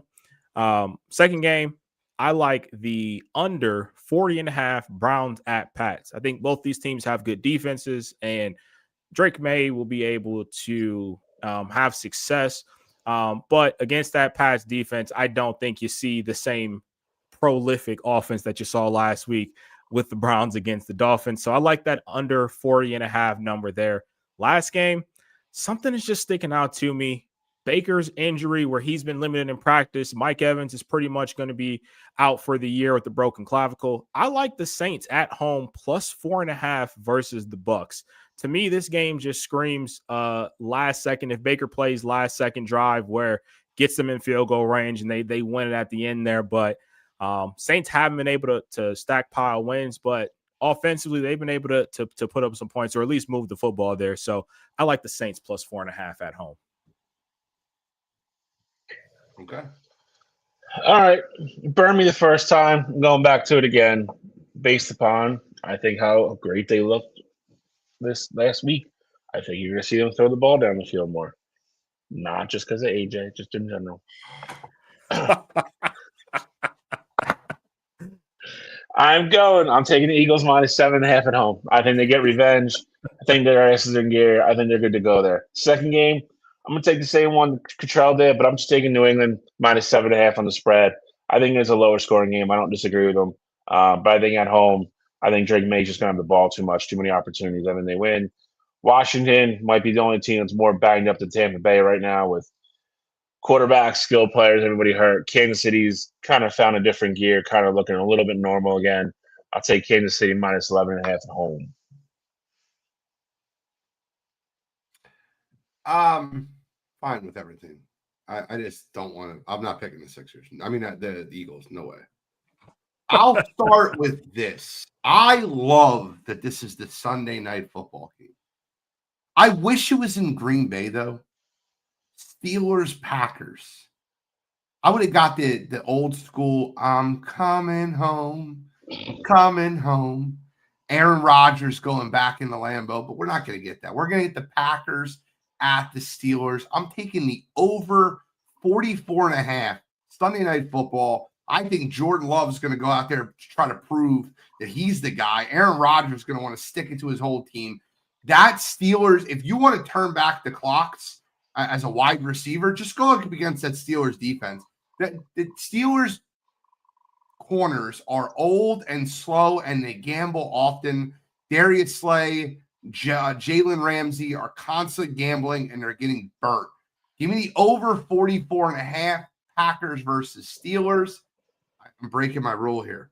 Give me the 0-7 New York Jets starting Tyrod Taylor over the Bengals plus 6.5. I don't believe Joe Flacco's got in them twice. I just don't. I'll take the Jets plus 6.5 over the Bengals. And then for my third pick, this seems too easy. I don't know why that. Guys, I'm gonna give you some suggestions right now. If you got an extra $500 in the account, throw it on the Ravens to win the division.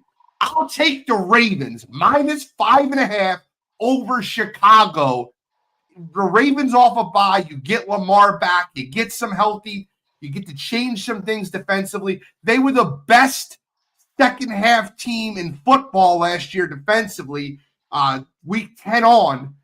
After the bye, they're ready to rock and roll. I think the Ravens absolutely destroy the Chicago Bears this week. Chicago's played 2 awful games in a row at the quarterback position, Caleb Williams. They've been able to run the football with DeAndre Swift. I don't think that happens at M&T.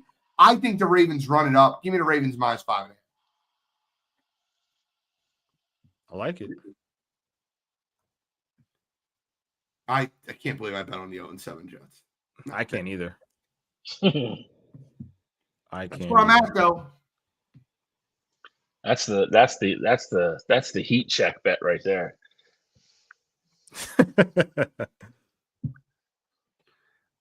I love the Ravens. I did the heat check. The Jets pick 100%. They go You with hit that one. It's like, all right, the Bengals defense stinks. And if anybody's going to move the football versus like if you're looking for a defense to move. By the way, you said something earlier about the Falcons. The Miami Dolphins cannot stop the run. If it was me and Shally playing line and Cottrell at running back, they can't stop the run versus anything. They have 4 pass rushers on their defensive line. Bijan Robinson's going to run for 180. Tyler Algier in your daily fantasy lineups. Pick him, play him at value. The Falcons are going to run outside zone 75 times, and the Dolphins aren't going to know what to do with it. I love the Falcons in that football game. And the funny thing, too, with that is that, Gene, you might get your boy. Your boy might make his first career start in Quinn Ewers. Mike McDaniel has said that, Tua is a problem at the quarterback position, and he cannot continuously put problems out there on the field. So, a little quarterback controversy there in Miami. That The team is Seahawks are man. given 75.7 yards per game on the ground. They're the best team in the league stopping the run, the Seahawks, right? The Dolphins are allowing 159.3 yards per game on the ground. 159? And you're going to throw Bijan in the outside zone? Give me Algier to score a touchdown. Bijan to score a touchdown. The bleachers are going to score a touchdown versus them. I'm done.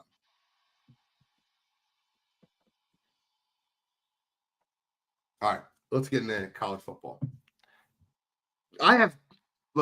Control, lead the way in college football. By the way, I've been a little bit on fire. Pick them there too. But lead the way. If you want the full breakdown of NFL, listen to Sideline tomorrow night. You want the full breakdown for college football, you got to listen to the tailgate. Coast to coast, Saturday mornings. So we had a lot of big time matchups last week. I'm just going to rattle them off here as far as, who won, who lost there before we get into this week's slate. So you had Georgia take care of business at home against Ole Miss, Alabama taking care of business at home against Tennessee, Vanderbilt beating LSU at home, and there was no field storage, Gene. So the Commodores, they heard you. Very upset. Notre Dame won at home against rival USC, and then BYU won a tight game in the what's the bowl against Utah? Holy War. 3-point game there. So those are all the ranked matchups of the week there, and one of the craziest fake punt plays you'll ever see. Facts. What? But yeah, we got some more ranked matchups here this week. We got 3, and the SEC is if you're a fan of the SEC, I will say this. You have put yourselves in a position of the conference as a whole where you say everybody is good, but everybody's playing everybody, and the losses are starting to stack up. And this is another week where you're going to see teams that have a very surprising number in the loss column after just 9 weeks into the college football season. I'm ready. I'm fired up, baby. So the first game I do want to go over here with you guys is going to be the Missouri Tigers sitting at 6-1, going down to Vanderbilt, take on the number 10 Commodores there, who are also 6-1. Number 10. How do you guys see this game going? Gentlemen, I will tell you the 2 out of the 3 games that you have on your docket, I'm picking on Pick'em this week, and I have a theme for my Pick'em. Okay, so I will pass. I'll let you 2 gentlemen talk about it, and I'll wait till we get to Pick'em. Well, like we kind of already said, this isn't necessarily an elimination game, but it's a big game. Missouri had a bye last week, I believe. After the loss to Bama. Mm-hmm. They play Auburn. Oh, well, no, same thing. But game. I know it was a good game. I think the big thing for me is how does Vandy handle the huge emotional win of beating LSU last week? They're in the top 10 now. Again, this is always one of my things. When teams kind of start smelling themselves and walking around campus and everybody's patting them on the back, telling them how great they are, how do they handle that? Some teams are used to it. Some teams are accustomed to it. Some teams it's not. That being said, I watched almost all of that Vanderbilt game last week. I like the way they play. They're gritty. They're tough. They make plays when they have to. Pava is a gamer. He's a grinder. He's a gritty type quarterback. I'm taking Vandy at home. I think Missouri, as good as they are and as great as Bo Babilo has played this year, I think going on the road, coming off their emotional win, I think it's a lot. I will take Vandy at home. I'll be quick here. I'm also going with Vandy. I'm not betting against Diego Pavia at home in front of that Vandy crowd. He's electric there. He feeds off the energy, and he's one of those guys that he has this swag to him where he's super confident in the media, but then when he goes out there on the field, he leaves his fall every single time he's out there. Commodores play different at home. So I'm rolling with Vandy here, take care of business there. Now, moving on to the next SEC matchup, we're going down to Death Valley. Got Texas A&M, number 3 in the country right now, 7-0, going up against number 20 LSU, who are 5-2 right now. And you say the last game's not an elimination game. Well, I can 100% assure you that this one is for LSU. Their season is on the line in this one. Gents, how do you see this one playing out? What time is this game? 7:30. This game is at 7:30 on ABC. Figured it was. I am passing. This is the other one you got? Yes. Passing the rock. LSU after last week. I know it's Death Valley. I know it's night. I know how hard it is to play there. I also know that LSU is just not playing good football right now. I don't think playing at night in your home stadium is necessarily going to change a lot of the things that they're not doing well. Texas A&M is going to come in. I think the way LSU is playing defense, I don't think Texas A&M is not going to be able to do what they want to do game plan wise. I like the Aggies to go in and win, and I think the meltdown of Brian Kelly officially begins. This game's going to go one of two ways. It's either going to go LSU's offense looks absolutely dynamic. Their defense looks better with Weeks being back, and LSU gets a shocking win. Or this is the game we're going to look back at the end of the season like this was the straw that broke the camel's back and ultimately what got Brian Kelly fired. I'm going to go with the latter there. I think this is going to be a higher scoring game.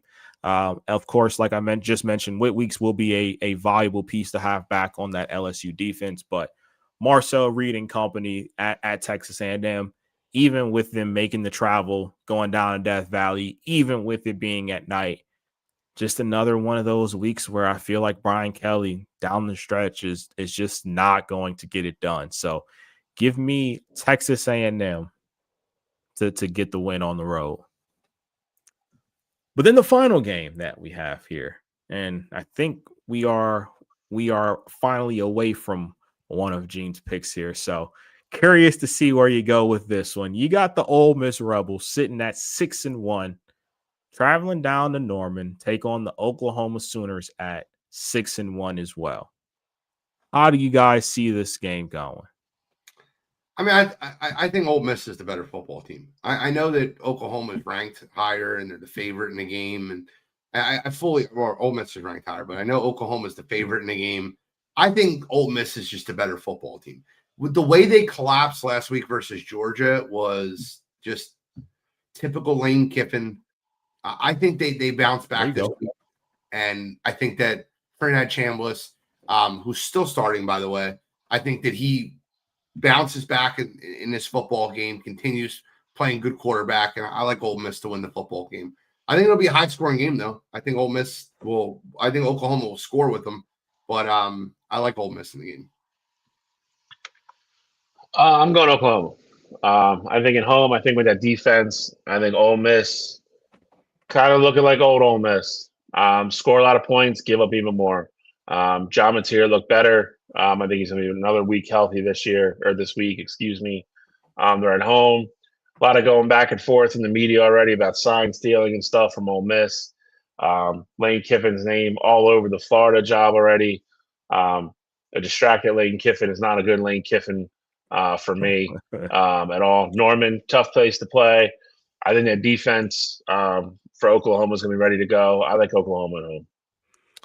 I am actually rolling with Gene on this one. As much as I love to hate on Lane Kiffin, and anytime I get to take a dig at him, I want to take the opportunity to do so. But I think last week was one of those learning experiences. Trinidad Chambliss had a really good first half against against Georgia. And then it almost felt like Kirby Smart was like, hey, we need to limit what he does. He likes getting out on the move. He likes running. He likes, extending plays with his legs. And they really started to bottle him up to make him more uncomfortable in that second half there, to really slow him down. But I think that's a learning point for him. And I think against Oklahoma's defense, while, Oklahoma has a solid defense with Venables at the helm there, I ultimately think Ole Miss is just too talented. So I agree. I think it's going to be a higher scoring game there, but I just think Oklahoma's defense won't have enough to slow down Ole Miss enough to get the win at home. So I like Ole Miss in a tight, high scoring game here to get the win on the road. Gene, one other thing that I want to mention that just slipped my mind here. So while you're on fire with your picks right now, NFL and college, you're also on a roll. You have this thing right now where while winning seems to follow you, losing also seems to follow you. In that the Miami Hurricanes just took their first loss of the season. I want to say it was a week after you proclaimed them to be national champions. That's Any correct. comments? Any comments on the Canes going down? The worst part of that loss was Carson Beck going into the media and being like, yeah, my receiver ran the wrong route. Completely his fault. Kyler Murray'd it up. Oh, my God. Oh my God damn, bro. I hate selfish players. I knew I didn't like Carson Beck for a reason. I'm not jumping off. No, I told you. I got you. So it was terrible. Didn't look good. Carson Beck threw 4 picks and then blamed one of them on his receiver. I don't know. Don't throw the other 3. Then we can blame the one on the receiver. When you throw 4, we can't blame the one on the receiver. I'm with you. I just thought little funny thing to happen. Week after, Miami, national champions. L. By the way, I have the craziest. Can I go first on pick 'em? I didn't talk for a little bit. Absolutely. Throw the record up here. Moving Genius in the up. league. Like I said, he is on fire. Winning seems to follow him, but floor is yours, my friend. All right, so I have a theme this week, right? I was just talking about it earlier in the show, and it's the theme of 2.5, right? Like you want to bet the -2.5, you want to bet the +2.5. I love 3 teams. All 3 teams I'm picking this week are getting 2.5 points. Give me Bo Perbula and the Mizzou Tigers over Vandy. Typical letdown game. Vanderbilt just wins a huge game. Mizzou had the little trap game last week after playing Bama. The little sandwich game last week. I think Mizzou comes out on fire. I like Mizzou. They're going to beat Vandy. I'll take the 2.5, but I got Mizzou outright to win the football game. Bo letdown game. Number 2, A&M has been playing with fire. They played with it again last week versus Arkansas. I'll take the LSU Tigers +2.5, although I'll be happy to lose this one because I hate me some Brian Kelly. But give me LSU +2.5 over A&M. And here's my sneaky one. Auburn's 3-4. They've lost 4 straight games to top 25 ranked teams by 1 score. Give me Auburn +2.5 over Arkansas. I'll take Auburn to win the football game. All 3 of these teams, I think, win. Take a little money line parlay, get a little plus action. Auburn, LSU, Mizzou. And for my super dog, talk about a team that hasn't lost in a little while. The 0-4 UCLA Bruins on a 3-game winning streak. They're not going to win this week, but they might pick me up some super dog points. I'll take the UCLA Bruins +25.5 at Indiana. Maybe I'll pick up a couple points. You and me, Cacho. And I'll go. I'll get mine out the way here. Gene, you talk about themes. I like the themes this week as well. And mine is one of the themes that you like, and that's that 7.5 number. My first one being, I like Bowling Green, who got me a win last week. I like Bowling Green -7.5 at Kent State. Bowling Green is much better coached. They are the much better football team. And I think ultimately them going in and really just showing up to the stadium. They should win that game by more than 7.5 points against Kent State. So I like them in that one. Second game, I like Tennessee minus 7.5 at Kentucky, especially coming off of a loss. Kentucky's coming off of a OT loss against Texas. So I think it's a perfect kind of matchup, a get-right game for Tennessee, if you will. That number being only 7.5, I think is very favorable for a Tennessee team that I still think is pretty good. And then the last game, I like the under 44.5 Texas at Mississippi State. Texas offense has absolutely not figured it out all season. And I think on the flip side of it, though, that defense is still very impressive. Like, they have one of the better defenses in the country still, in my opinion, especially with all the talent they have there.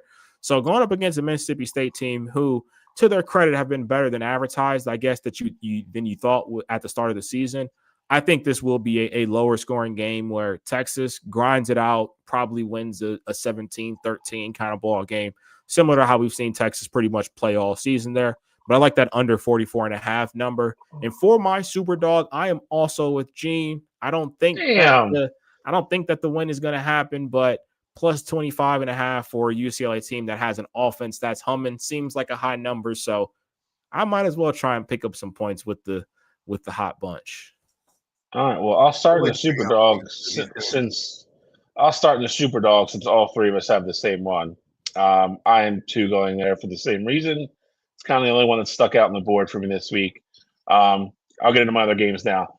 I'm taking Oklahoma minus 4.5 at home against Ole Miss. Like I said, I think there's a bunch of distractions. I think there's been a bunch of stuff talked in the media. Ole Miss accusing Oklahoma of stealing signs. Like I said, I think Oklahoma plays a lot better at home. I think Mateer's another week healthy. I think you see an Oklahoma team looks more like they did at the beginning of the year. I'll take Oklahoma minus 4.5. Second game, taking Houston at Arizona State minus 6.5. Sun Devils keep on going, keep on winning. Levitt's back. They looked a lot better the last month. I'm going to take Arizona State at home minus 6.5. And then last but not least, same game Coachella took. I like Tennessee minus 7.5 on the road at Kentucky, coming off a loss. They cannot afford to slip up. Kentucky's been uncharacteristically really bad this year. I think they go to Lexington and they pound Kentucky. So I like Tennessee big in that game. Guys, I'm glad we got done with a little time because I want to do a quick NBA segment. I wish we'd give a little bit more of a preview, but what I want from you guys is I want your MVPs. I want your finals predictions as the season starts. And then, little dark horse finals like we did in the NFL. 2 teams that you think could come out of nowhere and make it to the NBA finals. Can we do that? Absolutely. At minimum. All right. So I'll start because I kind of threw it out to you guys. My MVP of the league this year is Mr. Nikola Jokic again. I think he's the best player in basketball. I feel like he should be like minus money to win the MVP. He's the most consistent player in basketball. I think that the voter fatigue ends when somebody else wins it, and then Joker comes back and wins it the next year. For my finals, drum roll, please. I'm also going to go with the Denver Nuggets making the finals. I think the move to get Cam Johnson on that team and get rid of Michael Porter Jr. is a move. They got Bruce Brown back. I think that's a huge move for them depth-wise. Christian Braun. I like the Nuggets. And in the Eastern Conference, give me the tricky Orlando Magic. I'll take Suggs. I'll take Desmond Bain, Franz Wagner, Wendell Carter, and Paolo Banchero. But I'll give me Denver over Orlando in the finals this year. And for dark horse final, you might not see coming. It's the last time you have this chance. The last opportunity, the last ride. These guys might retire after this year. I'll take the Golden State Warriors. Full season of Jimmy Buckets, Steph Curry, Draymond Green going up against Detroit basketball. Cade Cunningham takes the next step to being an elite superstar. And then a dark horse MVP.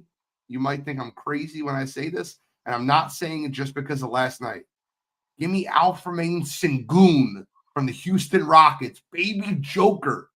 He looked incredible last night. If he's going to play that well this year, I like me some Sengun. I actually had Joker written down, so for the sake of doing something different, I'll go Wemby. I think San Antonio will be improved enough. I think his numbers are all going to be there. I think he factors into the race. Finals wise, I have Oklahoma City repeating. I think they're too good. I think they're too deep. I don't think they're going to keep getting better, and they had the experience of winning it last year. I have them getting over on the team that came up just short last year, though, the Cleveland Cavaliers. And if we're going dark horse, I do like the Orlando Magic pick. I was high on them last year, and coincidentally enough, I have that written down against the same team, Golden State Warriors. I think it's the last time the boys from the Bay are all together and can make a run. They looked pretty good last night too.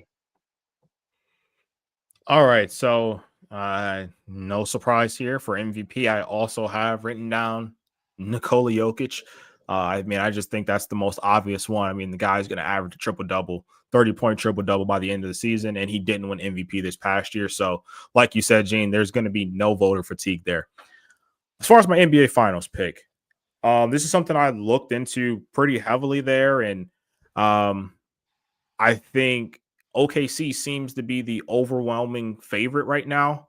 The one thing that I don't like about that OKC team is that they stood pat while everyone else in the Western Conferences made moves to combat what they did. And the team that I'm ultimately rolling with is the same team that Gene did, and that's the Denver Nuggets. You go out and get Cam Johnson to replace Michael Porter Jr., who was just too inconsistent with shooting the ball. That is the perfect wing piece where you know he's a guy that's going to shoot 40% from three with his eyes closed. So, like, he's going to be a consistent factor there for you. You get Bruce Brown back to be a guard in that rotation. And then the other piece that's, like, really quiet is that you signed Jonas Valanciunas to back up Joker when last year they didn't have a true big behind Joker. So I think those are three pieces that are absolutely monumental for this Denver team that took the OKC Thunder last year to 7 games. Like, it took everything out of OKC to win that series, and I think the Nuggets just improved, and I think that's a team that's going to get over the hump again this year. And in the East, Boston no longer being there, I think the two that you worry about are going to be the Cleveland Cavaliers and the New York Knicks. Of course, the Magic I think are going to be good too, but I think the Knicks and the Cavs are your two best teams, just roster-wise, top to bottom. I'm rolling with the Cleveland Cavaliers to ultimately get there. With that said, though, I'm rolling with Denver. I got Denver over the Cavs. I think they have the best player in the series with Joker. They're deep. They got the experience of being there. I like Denver there. But as far as my sleeper teams, I'm going to go with two that you guys have not said.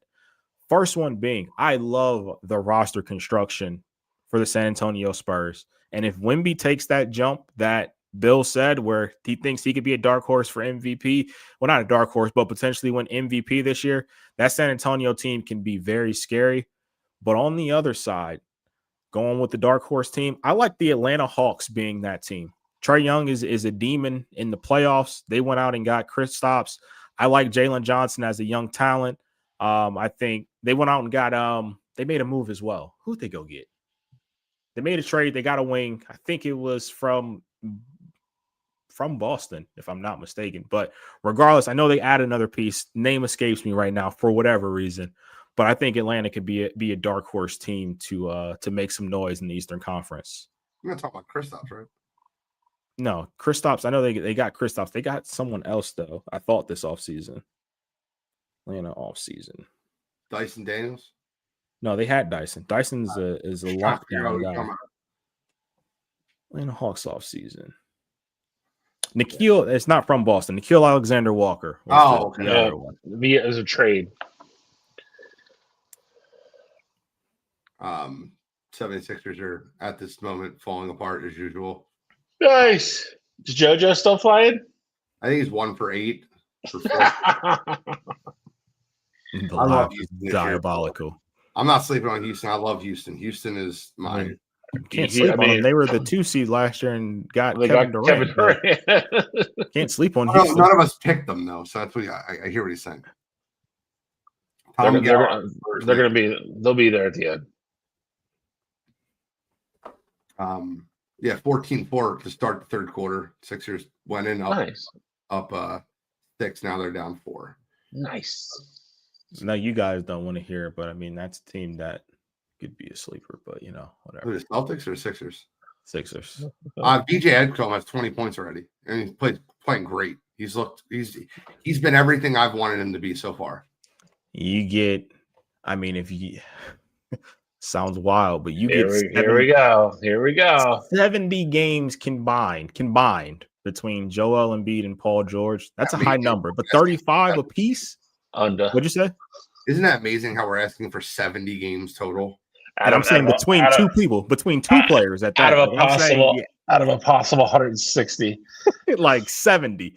But I mean, I think a core of Maxey, Edgecombe, and McCain, and you get either George or Embiid for 35 each, like that, and then they're healthy come April. That's the key thing. 35 regular season, but healthy come April. I think that could be a team to watch out for there. But I would love to see them succeed. I would love to see Maxey win a championship. I am just not doing what I've done the last 3 years and get excited about that team. I'll get excited about that team come April if everybody's healthy and everybody's playing. Until then, I don't want to hear it. The one thing that I think they have that a lot of teams don't is that seeding really doesn't matter with them. If they are in the top 8 and they are healthy in April, then they're going to have a shot. Yeah, it's a big if.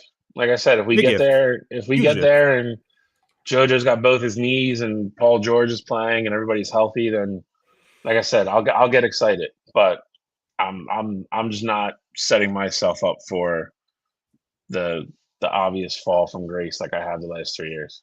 I'm going to go no, John Zuggs. I think they're old. I think they're slow. And I think that in the postseason, I think they'll fall apart. I don't believe in them.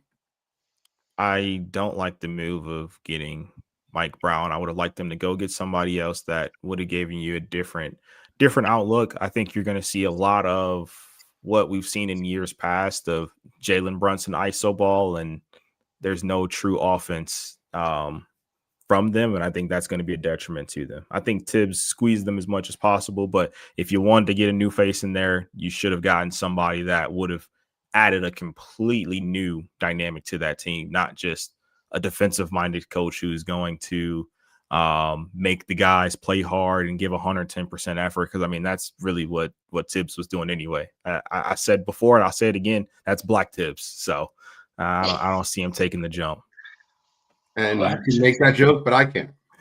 Oh, that's a Cottrell joke. All right, let's move on to You Gotta Be Kidding Me. All right, this week for me, I promise you guys I did not have one. And then your favorite quarterback decided to open his mouth yet again with another crazy quote. This week for me, I'm going with Tua Tagovailoa. For going to the press conference this week after throwing 3 interceptions against the Cleveland Browns, and said the reason why he didn't target Jalen Waddle much versus the Browns was because he had trouble seeing him over the O-line and the D-line. He said, quote, "I'm not the tallest guy back there. Sometimes when that happens, you don't want to just throw it blindly." Tua, you are an NFL quarterback, and it's not like you are the shortest guy in the bunch. I mean, in the football game, you weren't even the shortest quarterback on the field. So to me, for you to go out there and have these quotes after throwing 3 interceptions, I mean, it almost looks like you were throwing it blindly anyway. It just feels like, week after week after week, Tua goes to the media and just says the most outlandish things. So this week for me, Tua Tagovailoa with another classic quote. Come on, you gotta be kidding me. Charlie? Nope. I just feel like we should stop doing You Gotta Be Kidding Me for Shally. We'll just skip him every week. When I get like ones that I really feel passionate about, I have them. All right. Mine There this was a week. few this week that were okay. I have an easy one. I'm gonna take a shot at Sean Payton, and easy one. There was no need for this, right?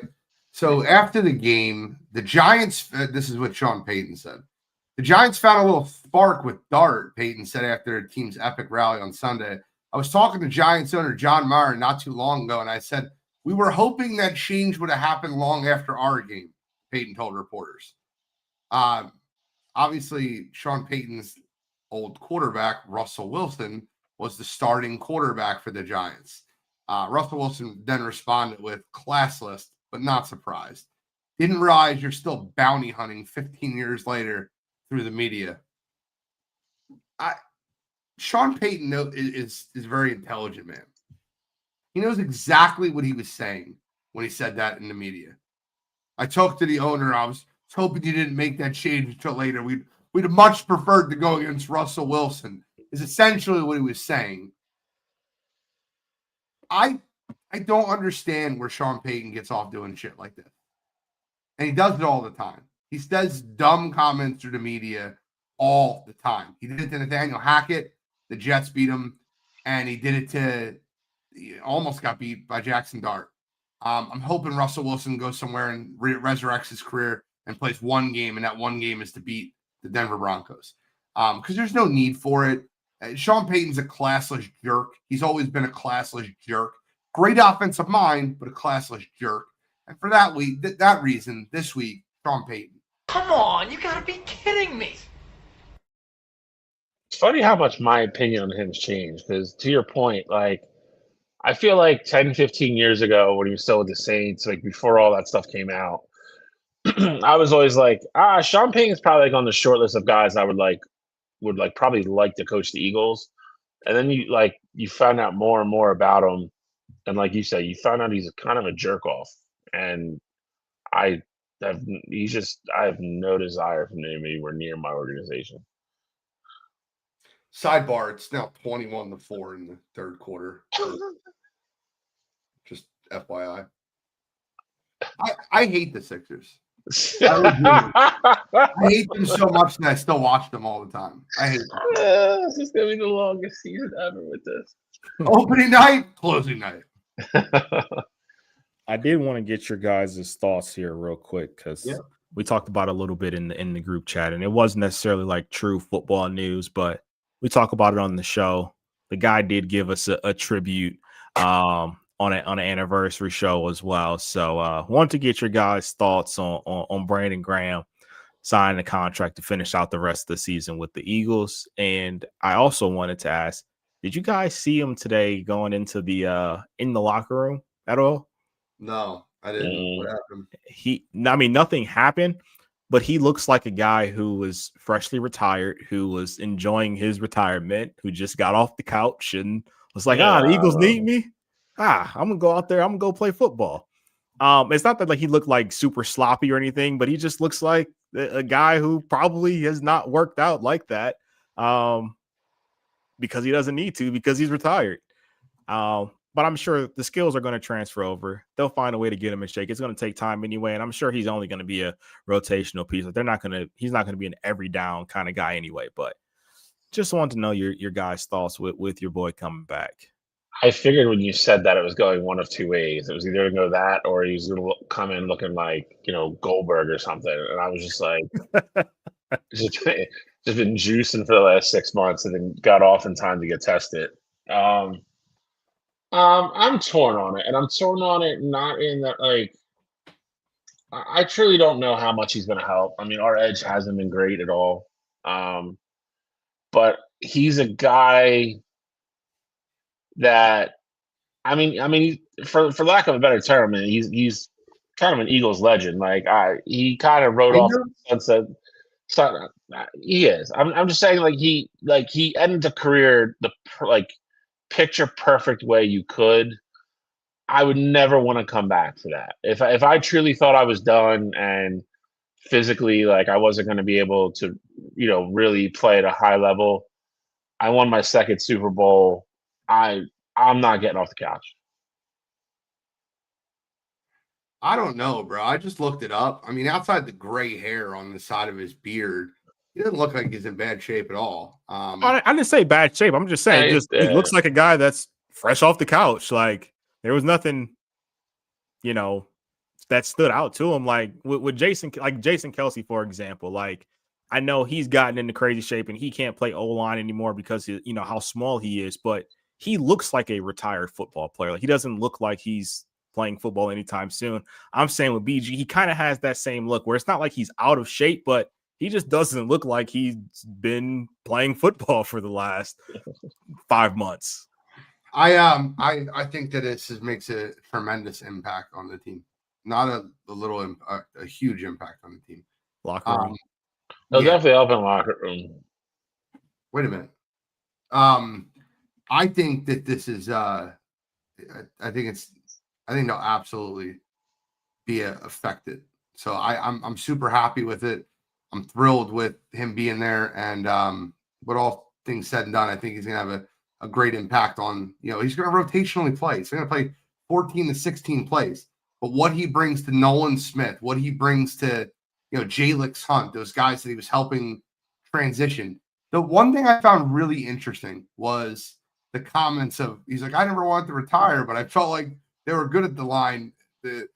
Like Howie Roseman pulled the whole, Brandon, just go out on your high horse. We're good, whatever you want to do, like have your fairy tale ending until like the D line got really empty. And he goes, well, Brandon, you're always welcome back. What do you mean? Like you could tell he like wanted him to retire so he didn't have to cut him. And then now they're like real thin at the defensive line position. And he's like, Brandon, we never wanted you to retire. Like, it just feels like some snake oil salesman bullshit. Like, I'm just giving you my 2 cents, but I mean, that's a fair point. It felt like they were forcing him into retirement, and then now they're like, oh shit, we don't have anybody. Brandon, we never wanted you to leave, Brandon. To Howie's defense, though, like Brandon Graham, you guys just said, Eagles legend. You are public enemy number one if you cut Brandon Graham. 100%. Like, regardless of, even if he's not able to give you anything, you're public enemy number one. So, I mean, that was Howie's only play there. Like, go out as a champion. If we need you, we'll call you. And he called him. So, definitely did. Nolan Smith back after the bye, which is good. Jalix Hunt with a pick six, which, by the way, they need to take the microphone away from Jalix Hunt. He shouldn't be talking to anyone. That's not a guy. Like, they asked him about the pick six. Hey, they threw me the ball, and then I caught it, and then it's really bad. Like, just take the fucking microphone away from Jalix Hunt. Like, media training. He is not. Yeah, I just caught it, and then I ran, and then I scored. Well, to be fair, when's the last time you think Jalix Hunt had an interview? I don't know. You know what college he went to? Like, he went to a small college. Like, that's what I'm saying. I don't think he's ever talked to me. I didn't even know what his voice sounded like. All right. What was it, Houston Christian or Baptist or something? Yeah. Small school. Any final comments, gentlemen? Well, I got one. I mean, we've been tiptoeing around it pretty much all show here. We have a birthday coming up on the show. Mean Gene turning 40. Wanted to wish you a happy early birthday. Know you had your party and everything, and wish you could have made it, but it sounds like you had a great time celebrating it, and it sounds like you're going to be bringing in 40, doing what you love to do the most, and that's watching football. So hope it's a fun one for you. Hope you get to see an Eagles win, because that'd be the worst possible thing to happen on your birthday is an Eagles loss. So I'm hoping it happens for you, Gene, and just hoping you have a great rest of the week leading up to it. I'll say this. I literally, people are like, what are you doing for your birthday? I'm like, I'm going to sit on my ass and watch football all day. Like, that's all I want. And when the schedule came out, I'm like, oh, Giants in Philly? I love this. So the Eagles can't lose on my birthday. Like, when I see my birthday was on a Sunday, I'm like, I just can't have the Eagles lose on my birthday. And then the Giants were the scheduled team. I'm like, oh, it's great. And then last Thursday, they absolutely kicked the shit out of us. And I'm like, I no longer feel that confident about playing the Giants on my birthday. Appreciate you, Tommy Gallo. Yeah. I mean, I don't know. Hopefully I share a birthday with somebody, Audia. No, man, I hope not. But no, all things kidding aside, happy birthday. Gene is, if you know Gene, you know Gene, and I'll say that in a very positive way. Very giving, loyal, caring friend, and a lot of people don't have a lot of those. So I hope you have a great birthday on Sunday. Rumor is I will be making an appearance. We'll see. But Adrian made me pretty much confirm that I was going last night, so I will be there at least for the Eagles game, unless they start losing, and then I'm leaving. But I'm looking forward to spending your birthday with you. So happy birthday, sir. Bill is a big take my ball and go home kind of guy. If the Eagles are losing, With that, I will be. If we go 0-2 against the Giants this year, absolutely. Oh my God, I can't even. It's we're not going to talk about that. Sunday's going to be a good day. That's all right. They're gonna win. I'm fired up, I'm ready to rock and roll. But thank you guys so much. I can't thank my friends and family enough for the party thrown early in the month. I know I talked about that last week, but one of the best days of my life. Seriously, meant that in every word. Yeah, thank you guys so much. I appreciate it. I don't really have any final thoughts. I'm just wishing Audia a very, very safe and healthy a new arrival, and I think it's going to come before our next show. I just feel it. I feel it. When is the actual due date? Early November. Right? November 5th. Yep. Is the projected due date. And I'm projecting it. Normally the first one's late, but yeah. I'm projecting it. Should be really early. That should be a full week early. Yeah, could happen. I'm projecting it before the next show. I think it's gonna be the 27th. I think she goes into labor 26th night, Sunday night. Charles trying to watch Sunday Night Football, and it's 2 a.m., 3 a.m. Monday morning, baby. That's what I got in the pool. Guess we'll see. But thank you guys so much for tuning in to Wire2Wire Sports Podcast. I'm the NFL genius, Gene Walzak. That's Kent State's own, Cleveland's own College Control, Uncle Shelly, Scholastic Shelly, Mr. William Shawcross, and we are signing out.